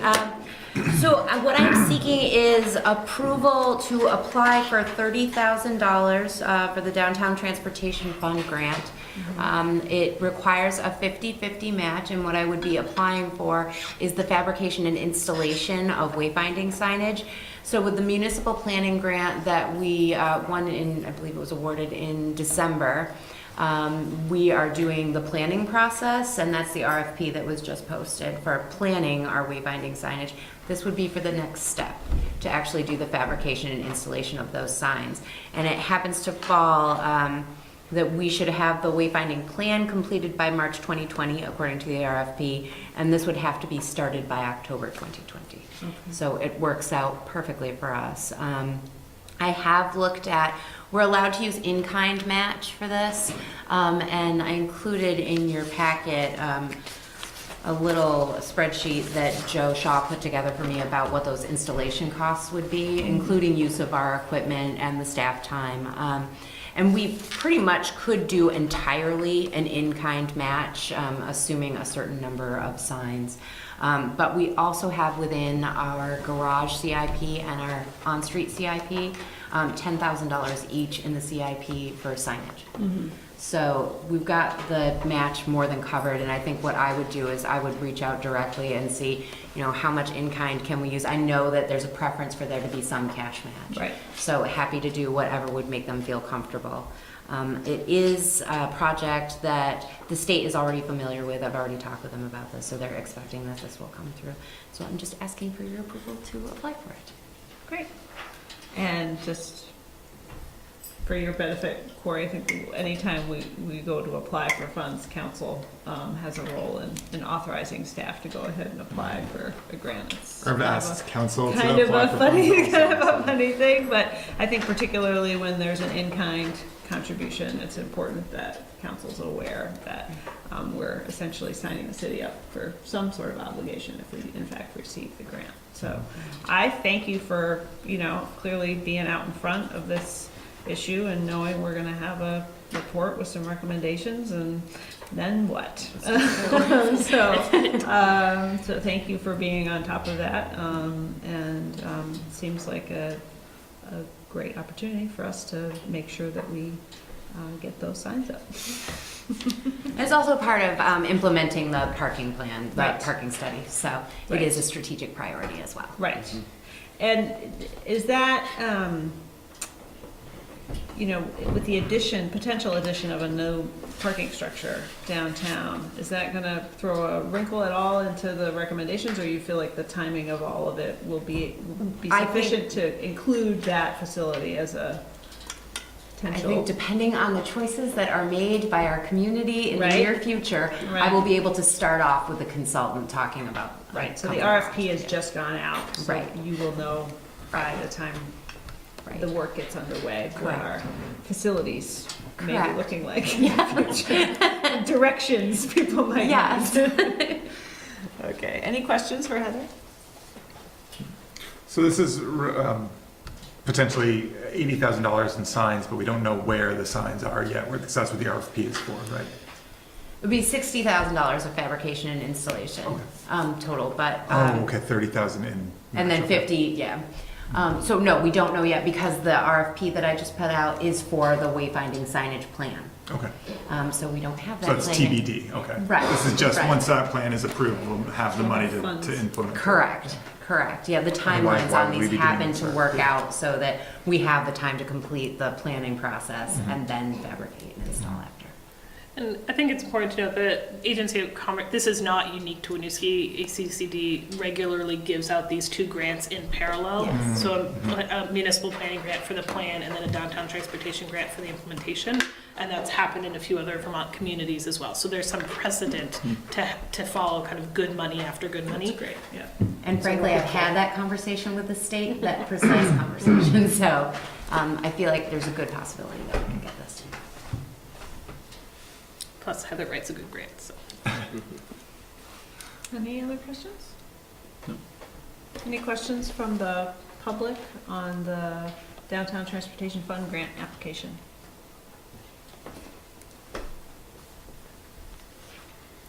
Okay, so I'd entertain a motion to approve the submission of the Downtown Transportation Fund Grant application. So moved. Second. Motion by Eric, second by Corey. All those in favor? Aye. Motion carries. Thank you, Thank you Heather. very much. Now, you're with us for item Yeah, F, I'm correct? staying again, but I'm And grabbing G. another chair. Okay. So this is, this item is discussion and or approval of the Winooski Small Business Loan Application recommendations. Yes, so this is another one that's been a long time coming and has been through several councils. So a bunch of decisions have been made in the past. In 2016, we put $250,000 with OCU for a Winooski Small Business Loan Program, and then afterwards built out the program guidelines, and those were in place in 2017. What we're looking at tonight are the first 3 loans that have come through that process through OCU. And the way that it works is Opportunities Credit Union does the credit analysis, and we have a committee in place that specifically looks at scoring criteria to see which loans we think would meet the criteria that were established by City Council for the types of businesses that we want to incentivize. And I have included in your packet a sample scoring form. So some of the criteria are businesses that fill previously vacant commercial space, improve previously deteriorated commercial spaces or properties, create jobs or retain jobs, the loan will assist a business in complying with city code requirements, adds business types currently underrepresented or lacking in the city and desired by the community, and also certified minority-owned business or women-owned businesses. So those are the criteria that we use, and we do have a Winooski Small Business Loan Committee that's made up of 3 staff people, city manager, finance director, and the planning manager, and then 2 community members. And we met a couple weeks ago now and reviewed these 3 loans, and we are recommending approval of all 3 of the loans based on those criteria. It's important to note that one of the points of this revolving loan fund was specifically to give people who have less access to traditional forms of credit access to that. So when we're looking at loans that come through this program, they will primarily be tier 3 or higher risk loans. So we know that going in, and it's not the committee's concern to look at the risk of the loan. It's really to look at, is it filling this niche that we're trying to fill and offering people access to credit. So I would be happy to walk you through the businesses and loans and introduce you to the business owners that we're recommending for approval. Application number 1, and we are recommending approval for this. Business is Sweet Babu. This is Shayna Goldberger. And I'm going to give Shayna a moment to tell you about what her business is and what the loan application is for. Sure. So Sweet Babu is located at 25 Winooski Falls Way, Suite 110. I've actually been operating out of there since last June as a subletter, and then I took over the space in December as the primary tenant. The previous tenant took everything with her, so it was an empty space. So over the last 2 months, I got an equipment lease. I fit up the kitchen again, refurnished the front of house area, rebranded, redecorated. And we're actually opening on Thursday. So yeah, it's exciting. So we're a bakery and cafe and dessert bar. And then I also have a wholesale packaged baked goods business. I sell all over Vermont to mostly co-ops. So yeah, we'll be open on Thursday in the morning. We'll have pastries, coffee, drinks, beverages to go, and then we'll be serving lunch from 11 to 3, Monday through Friday. Thursday, Friday, Saturday night from 5 to 10:30, we're a dessert bar where people can get plated desserts and wine and beer, which is something that we don't really have in Winooski. So, And it's delicious. But yeah, my favorite. Yeah, I've got 3 employees, one of which is a Winooski resident, and we're just really excited to be part of the community and enrich it and bring something new that it doesn't have already. The loan is going to be used for working capital primarily. Like I said, we have pretty much all the things that we need. There's a few items still, but it's mostly just to keep us going during our ramp up period before we're really hitting the numbers in our financial projections, and just to allow us to really grow the business. So, yeah. So I don't know if you want to take it one by one and do approvals as we do the presentation, or if you want to go through the presentations and then take those. I think we could probably go through the presentation. Okay, great. Great, then I am happy to introduce you to our second loan applicant. This, again, the committee recommends for approval. This is Maggie Hazard, and her business is Wise Rose, and she is operating at 71 Main Street, and I'm gonna let her tell you a little bit about her business and what the loan is for. Yeah, so I'm Maggie Hazard. I'm an esthetician and a cosmetologist, excuse me. I have been renting a little teeny tiny studio, actually kind of across the street, doing hair and skincare, and have the opportunity to grow my business. I'm looking to do microblading, which is a form of semi-permanent eyebrow makeup. There are not a lot of people that do this in Vermont. There's actually only 4 that are licensed to do it in the state, and only 2 that are actually practicing in the state.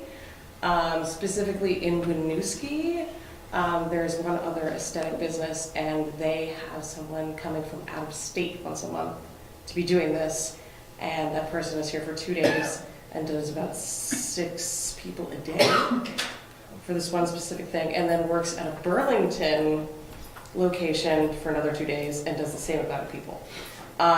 So this is one of the most popular makeup tattooing techniques in the world right now, and something that I would love to focus on more and bring to Winooski in specific, because it's so very up and coming, and you know, just like having a dessert bar. Like, you have a dessert bar in the city, and you can get your eyebrows microbladed in the city, but not in Vermont, really. So it would be lovely to get more of that in Winooski.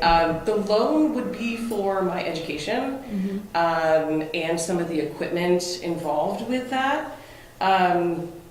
Because Vermont is so small, we don't have any schooling or training facilities in state. And the state of Vermont has only approved 3 schools throughout the entire country that you can go to. So I would either have to go to Orlando, Santa Monica, or one place in Idaho.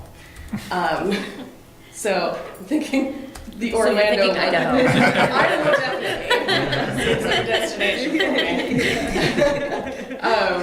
me. So you have to go to school out of state, which is pricey, and then you have to do a 40-hour apprenticeship under a licensed tattoo artist, which for a lot of tattoo artists in Vermont, they don't have any sort of financial investment in that. I actually have a friend and colleague that just opened her own tattoo shop and is willing to let me apprentice. And then I can get my license. And then I can get going on bringing all this here.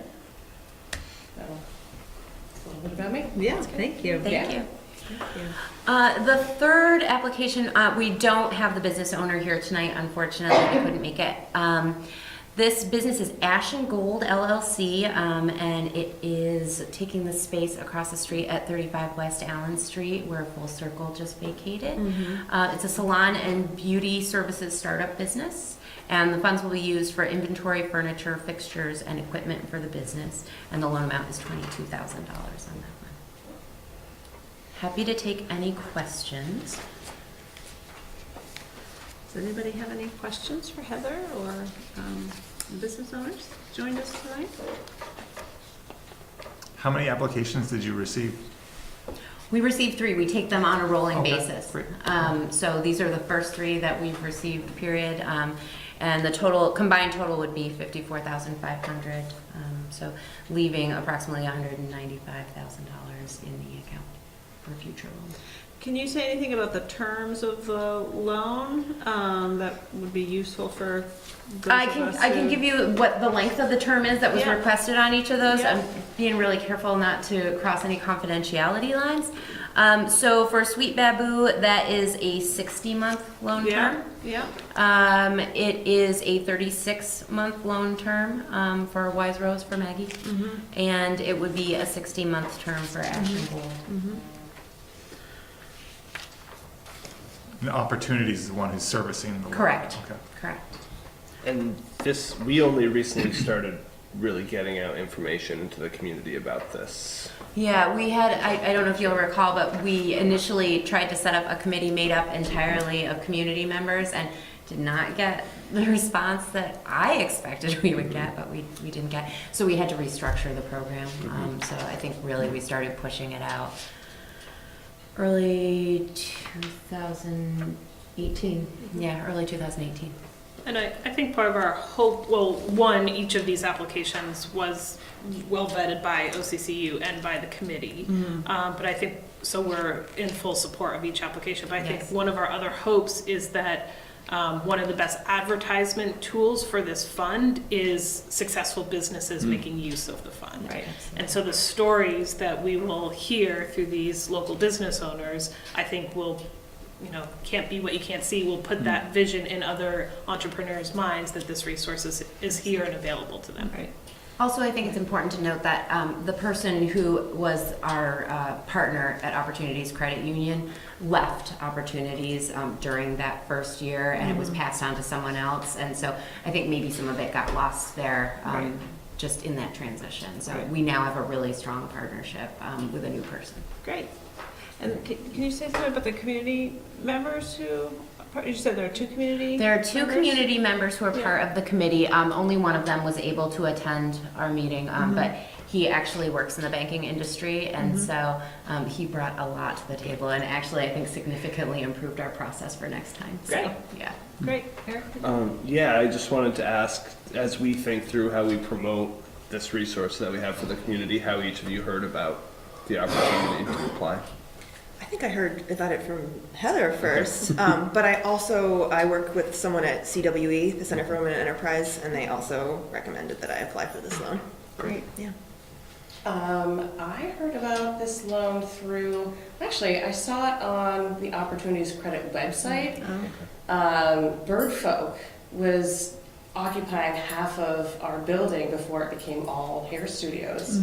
And Nicole's doing an awesome job. I love her store. Actually, both of her stores now. So I kind of saw that, and then I believe they gave a loan to Waking Windows. So keeping it in Winooski, I was like, oh, they're really supporting Winooski-based businesses, and that's what I am. Right. So that's why I look to stay in the town. Cool. Great. Thanks. Thank you. Any other questions? No. Okay. Any questions from the public about the program or the application recommendations? Well, really excited to have you in Winooski. It's really fantastic, and I'm excited to see the program, being implemented and supporting such great business owners. So thank you. I think folks okay with approving the slate of applications. So I'd entertain a motion to approve the application for a small business loan from Sweet Baboo, from Maggie Hazard, DBA Wise Rose, and from Ash and Gold LLC as presented this evening. Second. Motion by Eric, second by Hal. All those in favor? Aye. Aye. Motion carries. Thank you. Congratulations, ladies. Good I'm luck. staying up here, so I'm not gonna come. Go feed my children. Thank you, Heather. Thank you both so much. Okay, item G is approval of the FY20 Winooski Community Development Corporation budget. So this is the follow-up item to our Winooski Community Development Board of Trustees item. What staff is seeking is for the, in keeping with the City Council approved FY20 budget, staff requests approval of the Community Development Corporation FY20 budget in the amount of $150,000. So just to say a few more words Go about ahead. that. Feel free. So at your last meeting in January, you approved all the FY20 budgets, the general fund budget, and all the other fund budgets. You did not approve this one because the funds hadn't been allocated into it yet. So just in keeping with those presentations, you see here the FY20 CDC budget. And important to note is this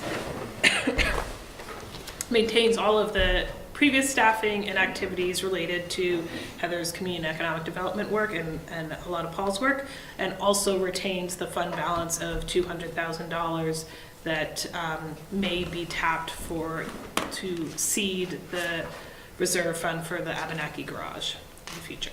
Okay. Or any other thing you want to do. So can you talk about the positions specifically that are, so there's a difference in terms of the salary budget, and I'm wondering, does that constitute a shift in portions of positions now being funded elsewhere? I think the planning and zoning We moved some of the administrator planning and position. zoning manager into this as well. Okay. You moved some into it or out of it? So this FY20 proposed. Oh, from last year, oh, I'm sorry, yeah. Is lower than the FY19 I'm budget? comparing it back to an earlier budget within the budget process. Okay. So yes, we moved some out and then we moved a little bit back in. Oh, okay. Okay. Yes, I apologize. So, but this represents a change in the planning and zoning position from FY19 to Yes. FY20. Yes, It's correct. planning and zoning is being funded more through The general fund. Yes, correct. Right. Any other questions for Heather or Jesse?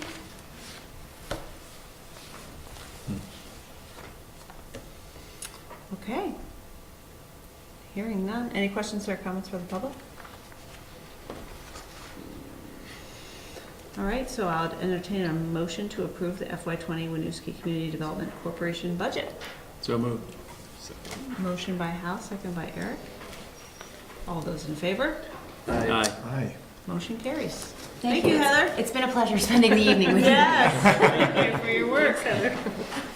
Okay, item H, approval of the fire department request for the use of reserve funds. Chief Audi? Good evening. Yeah, bring it back up. Oh, the white and the blue tonight. Good evening. You know there's trouble when there's two chiefs at once. Two chiefs at once. John and Good evening. Thank you for John's being here. first day out of the house for a week. Yeah. So Fighting a cold still. I'll try not to get him too sick. Better fighting colds than fighting fires. Yeah. That's how you get the cold. That's right, that's right. So we're before you tonight with some emergency funding requests. I included 3 summaries. They're critical items that were not on our radar as far as having to do an emergency repair or replacement. John Rauscher's done a great job building the CIP, and the heating units within all of our facilities are supposed to go onto those items. Sorry. Perfect timing. Without So there's Cursed him. Yeah. so like the heating units for all of our facilities and the critical infrastructure of the buildings is supposed to go on the CIP. Not unlike any of these facilities, our heating units in the firehouse are 22 years, 23 years old. They're modine heaters. They're a warm air furnace essentially.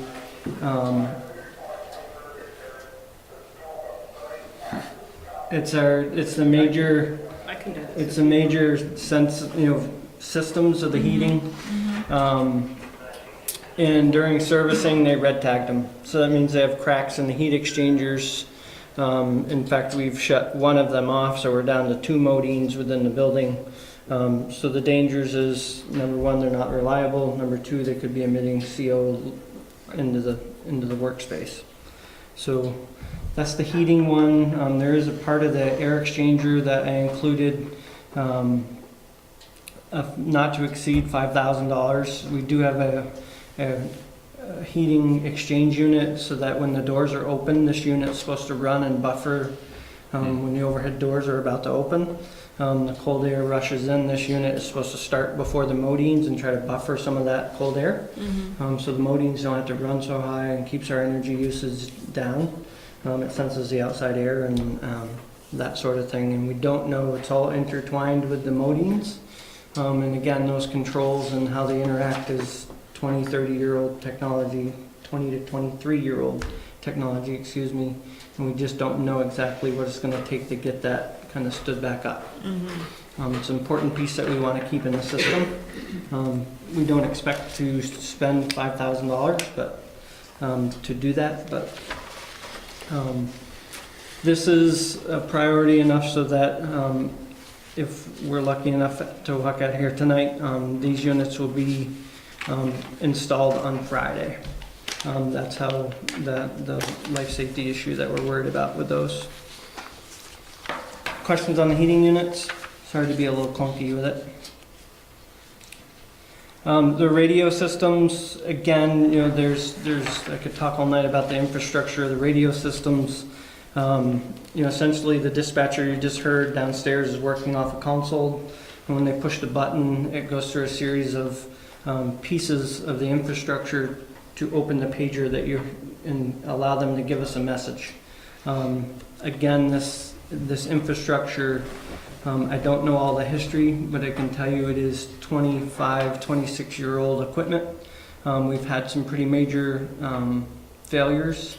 We do have backups, so I don't want to paint a picture that we haven't been able to get to an emergency, but it has sent staff scrambling, including the dispatchers, to alert us of emergencies and or for us as chief officers to be able to convey emergency communications back. There's, again, several pieces of it that are in this building and on the roof of the firehouse and in a closet of the firehouse, and no one can say what's good and what's bad. So this allows us to, we've obviously made some immediate pieces downstairs.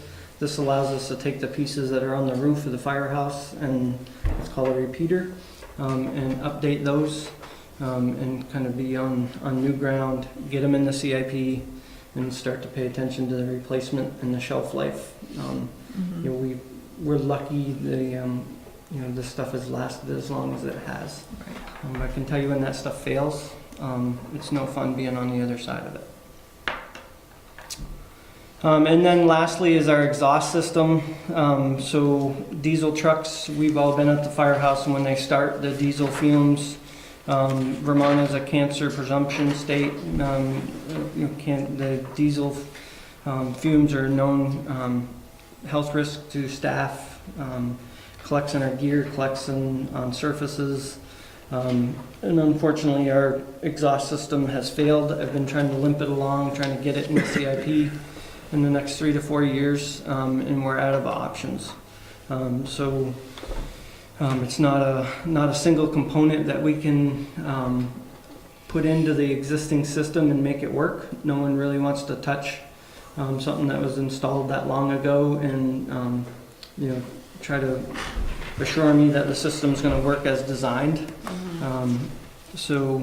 Plymovent, which is, I've sent you the information, they're all over the country, but very strong in New England, very well known, very close to us in the city of Burlington, South Burlington, St. Mike's. So that's where that one comes from. So the last piece I want to add, and obviously happy to answer any questions, the last page of this packet, we have included our reserve tracking balances. Because this is a big emergency request, we want to tell you the full picture. So you see on the page that looks like this, we have 5.7 million on hand for reserve balances. That's not the total we have available. We, as per policy, set it aside 30 days cash on hand of that we never touch in case we need it to manage operations. We then have another 2.8 million in restricted or assigned balances, leaving going left to right across this spreadsheet. At the bottom, at the end of FY18, the 633,000 available in unassigned operating government dollars. So with the assignments we've made over the last now 7 months, and including this capital request, we would have a remaining fund balance of $510,000. This is really where we are trying to look at these funds as our kind of emergency savings account, keep those funds there and available for emerging issues like this as they come up, and not just expend them for the point of expending them once a year. And I do also just want to give credit to the chief. This is while this is a big expense and we're sorry to have to bring you such a large request, it is part of the modernization and upkeep of our fire department. These systems have not been touched for decades, and John's done an admirable job trying to kind of bubble gum them along, and we're just at a point where that's not an option anymore.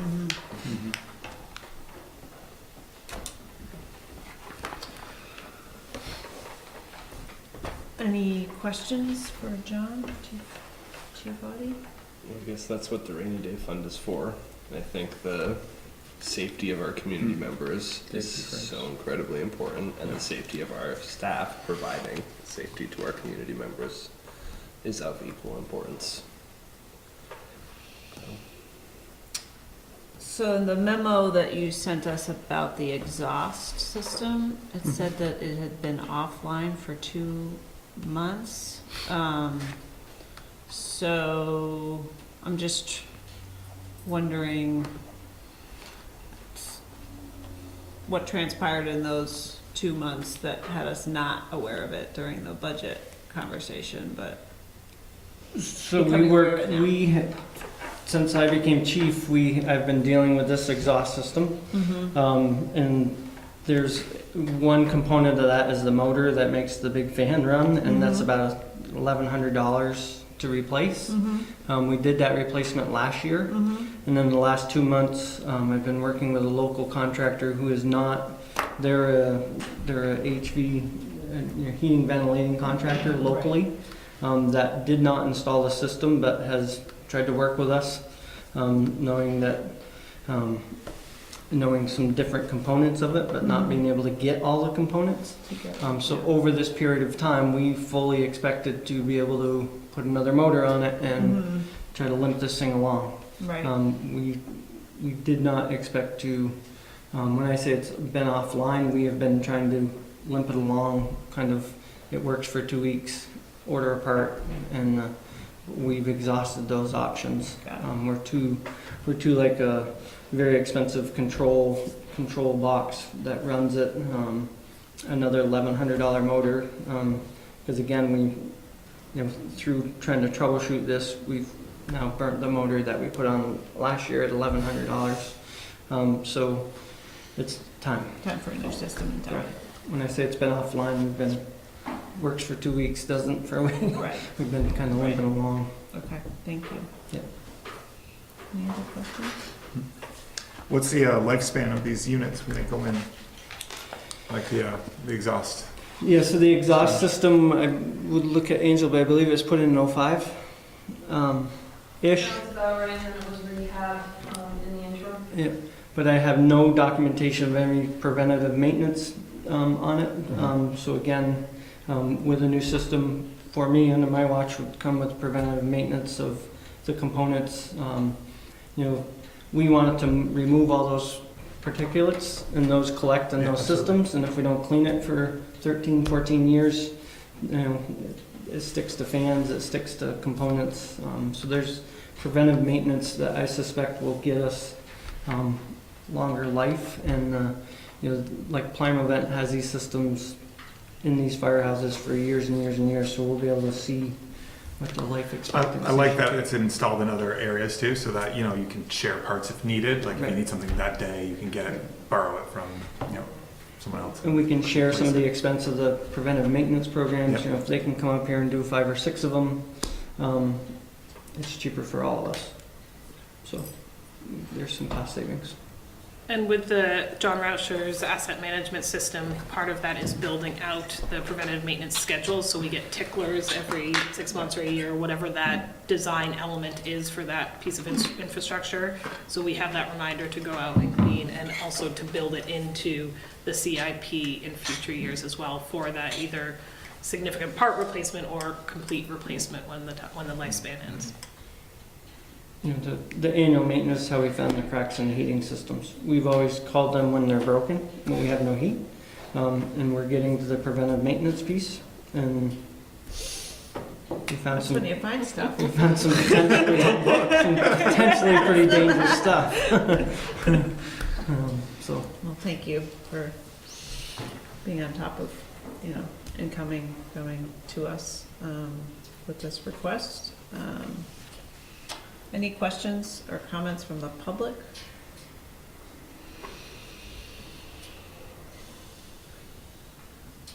In terms of the use of the reserves or fund balance, I see there's some, you know, potential future asks coming down the road. I just think it's also important just to, for the next council to really understand, you know, what the options are in terms of using these unassigned fund balances. I think, you know, there's one-time expenses on an emergency basis makes sense, and to the extent there's a need for an infusion of contribution to a housing trust fund, for example, or like there's policy choices associated with how those resources get deployed. So I want to encourage the next council to have that conversation about how we ensure that we do maintain our capital plan and obviously have some funds set aside for emergencies, but that we're also being really strategic when a fund balance arises in terms of furthering some goals of the city that we may not have the resources to, you know, we may see a windfall and want to deploy that in a different way than we've done over the last year or two. So. Mm-hmm. How often do we spend down that fund reserve? So, like annually, like we don't zero that out every year, I would imagine. So that's a policy choice of the council. In Yeah. previous years, we zeroed it out every year. So there would be a meeting or two where we would come in with kind of our I hate to use the term wish list, but it's the where this coming to my mind with the list of things we would like to fund and zero it out. Since I've been here, we have not done that. We've kept the balance, you know, with the council's blessing, we've kept the balance for those grant matches or emergency requests or things that are really, you know, we've looked at as really those one-time costs that we don't necessarily need to raise property taxes for, but the one-time expense will leverage other funds or will address an emergency or whatnot. So you can actually see the below the balances here, there's the planning grant match, the pool communications. You'll see the times and the dollars we've asked for fund balance use back to the beginning of 2018. I see. Okay, great. That's very helpful. Thank you. Which I do think it's a, you know, we had this conversation about spending down the prior years unassigned fund balance around the same time we were doing the budget, and it became this sort of weird exercise in terms of funding different projects all at once without a real plan around it. So I do think the approach we've taken makes a great deal of sense, and want to encourage a discussion around strategic use of those reserves to the extent we've got a sizable fund balance. Are we leveraging that in order to achieve some of the council's objectives? Yeah, I think it's a great conversation for the future iteration of the body. And Yep. I do think, from my perspective, philosophically, moving away from, oh gosh, we need to spend down this money now, is a good move. Right. Because I think that just puts the city in a place where we're spending money for the sake of spending money. And it can be done artfully and intelligently, but why create that additional pressure? Right. Okay, if there are no further questions or comments, I would entertain a motion to approve the fire department request for the use of reserve funds. Do you need the amount? As presented. In the motion, as presented. We'll do it that way. So moved. Motion by Corey, Second. second by Hal. All those in favor? Aye. Motion carries. Thank you. Thank you, Chief. Thank you. Thank you. All right. The last item on the agenda is a discussion of the safe, healthy, connected people goal update. So just in the interest of time and knowing we have an executive session coming up as well, you know, if you want to highlight a couple of things, or if there are specific, you know, this is our monthly update to you. This is, I think, our second one on this goal update. There's a lot actually in here. Yeah. So Safe, we healthy, certainly can walk connected through people. it, but It covers a wide, it's public There've been some safety, big it's community updates. services. Yeah. So Ray, if you want to call out a couple things, Sure. share, I mean, that's great, and then we can circle back Yeah, with I questions. think several of them here have been discussed in various points tonight related to some of the funding that's come in support of projects. So I think that's just important to highlight that we are not only trying to further those goals, but trying to find creative ways to finance those. So I think that's something I just am proud of and want to call out. I think there's a lot of sort of foreshadowing here too from our department. We do have survey results and focus group responses for our rec survey. So we're expecting those results ready for public consumption soon. We have some draft recommendations in hand. Scholarship policy we've been working hard on, so we're hoping to have that ready for council in the next month or two, depending on some internal review. So I think those are really important ones. Again, those, I think, to your point earlier, really get to some of the philosophical underpinnings of what we've been talking about, trying to be really inclusive with the community, building programs that respond to need, and finding ways for people to access those who, while also being able to have fee-based programming. So those, I think, were really, really notable. And I'm sorry, I'm just scrolling through here, my list, to make sure I don't miss any other pieces.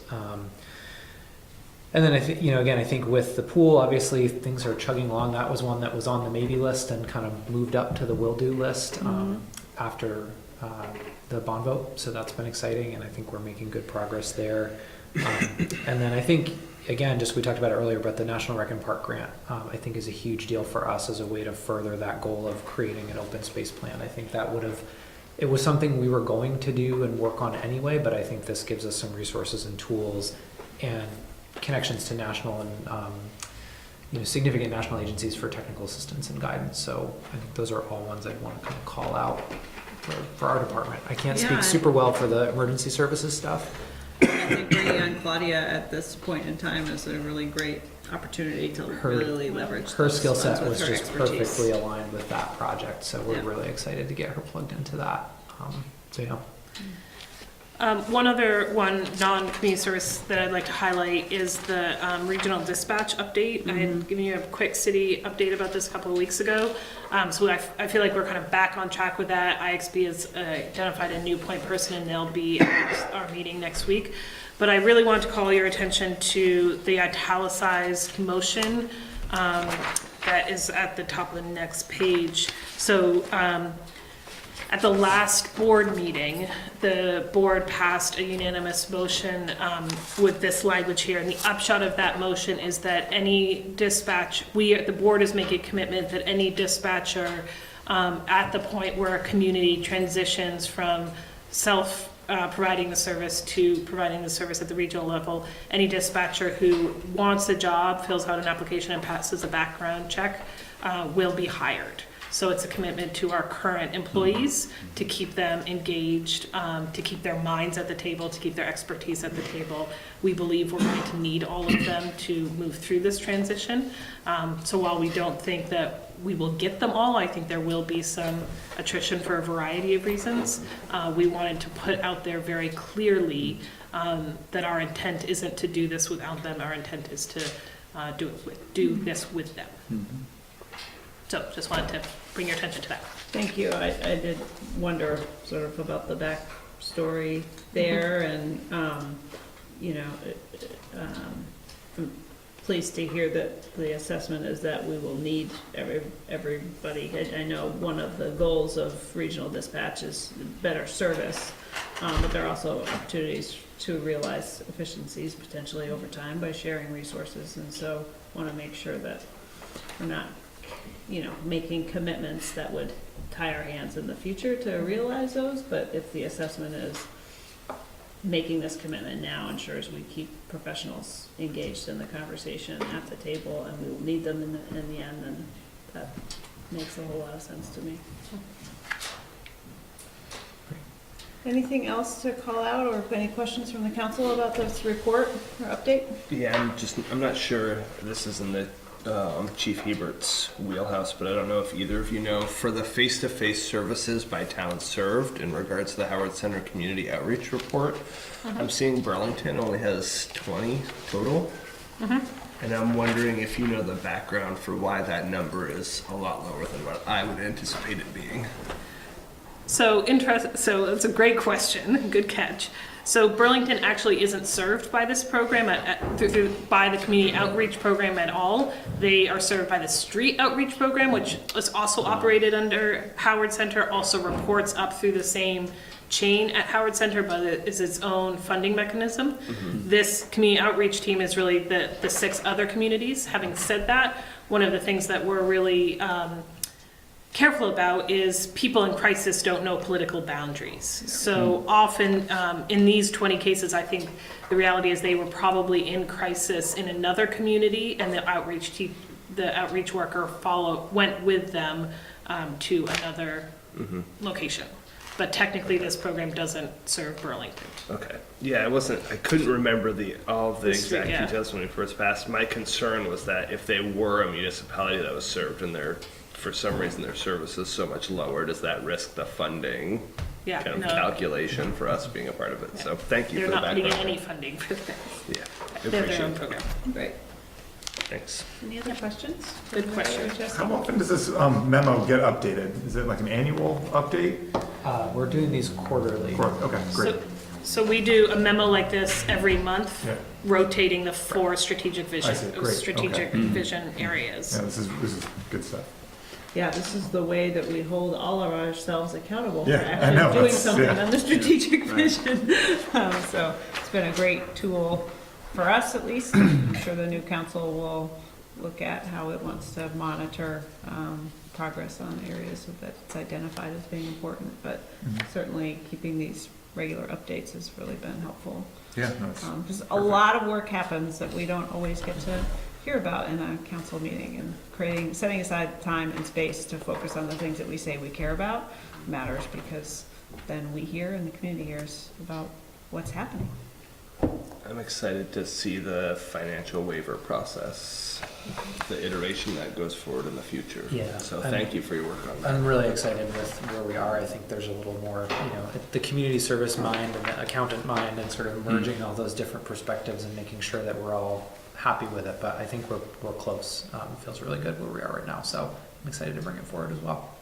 Do you know when the results of the rec survey are gonna be rolled out? I don't offhand. We have, Yeah. like I said, we have the results of the surveys and the focus groups in hand, and some preliminary draft recommendations. We're working with the consultant to sort of tighten those up, and then I want to kind of run those through Jesse and just some internal channels before we bring them forward. But I'm thinking, if not the meeting in March, then certainly April. Great, so the next couple months Yeah. we'll start to see some.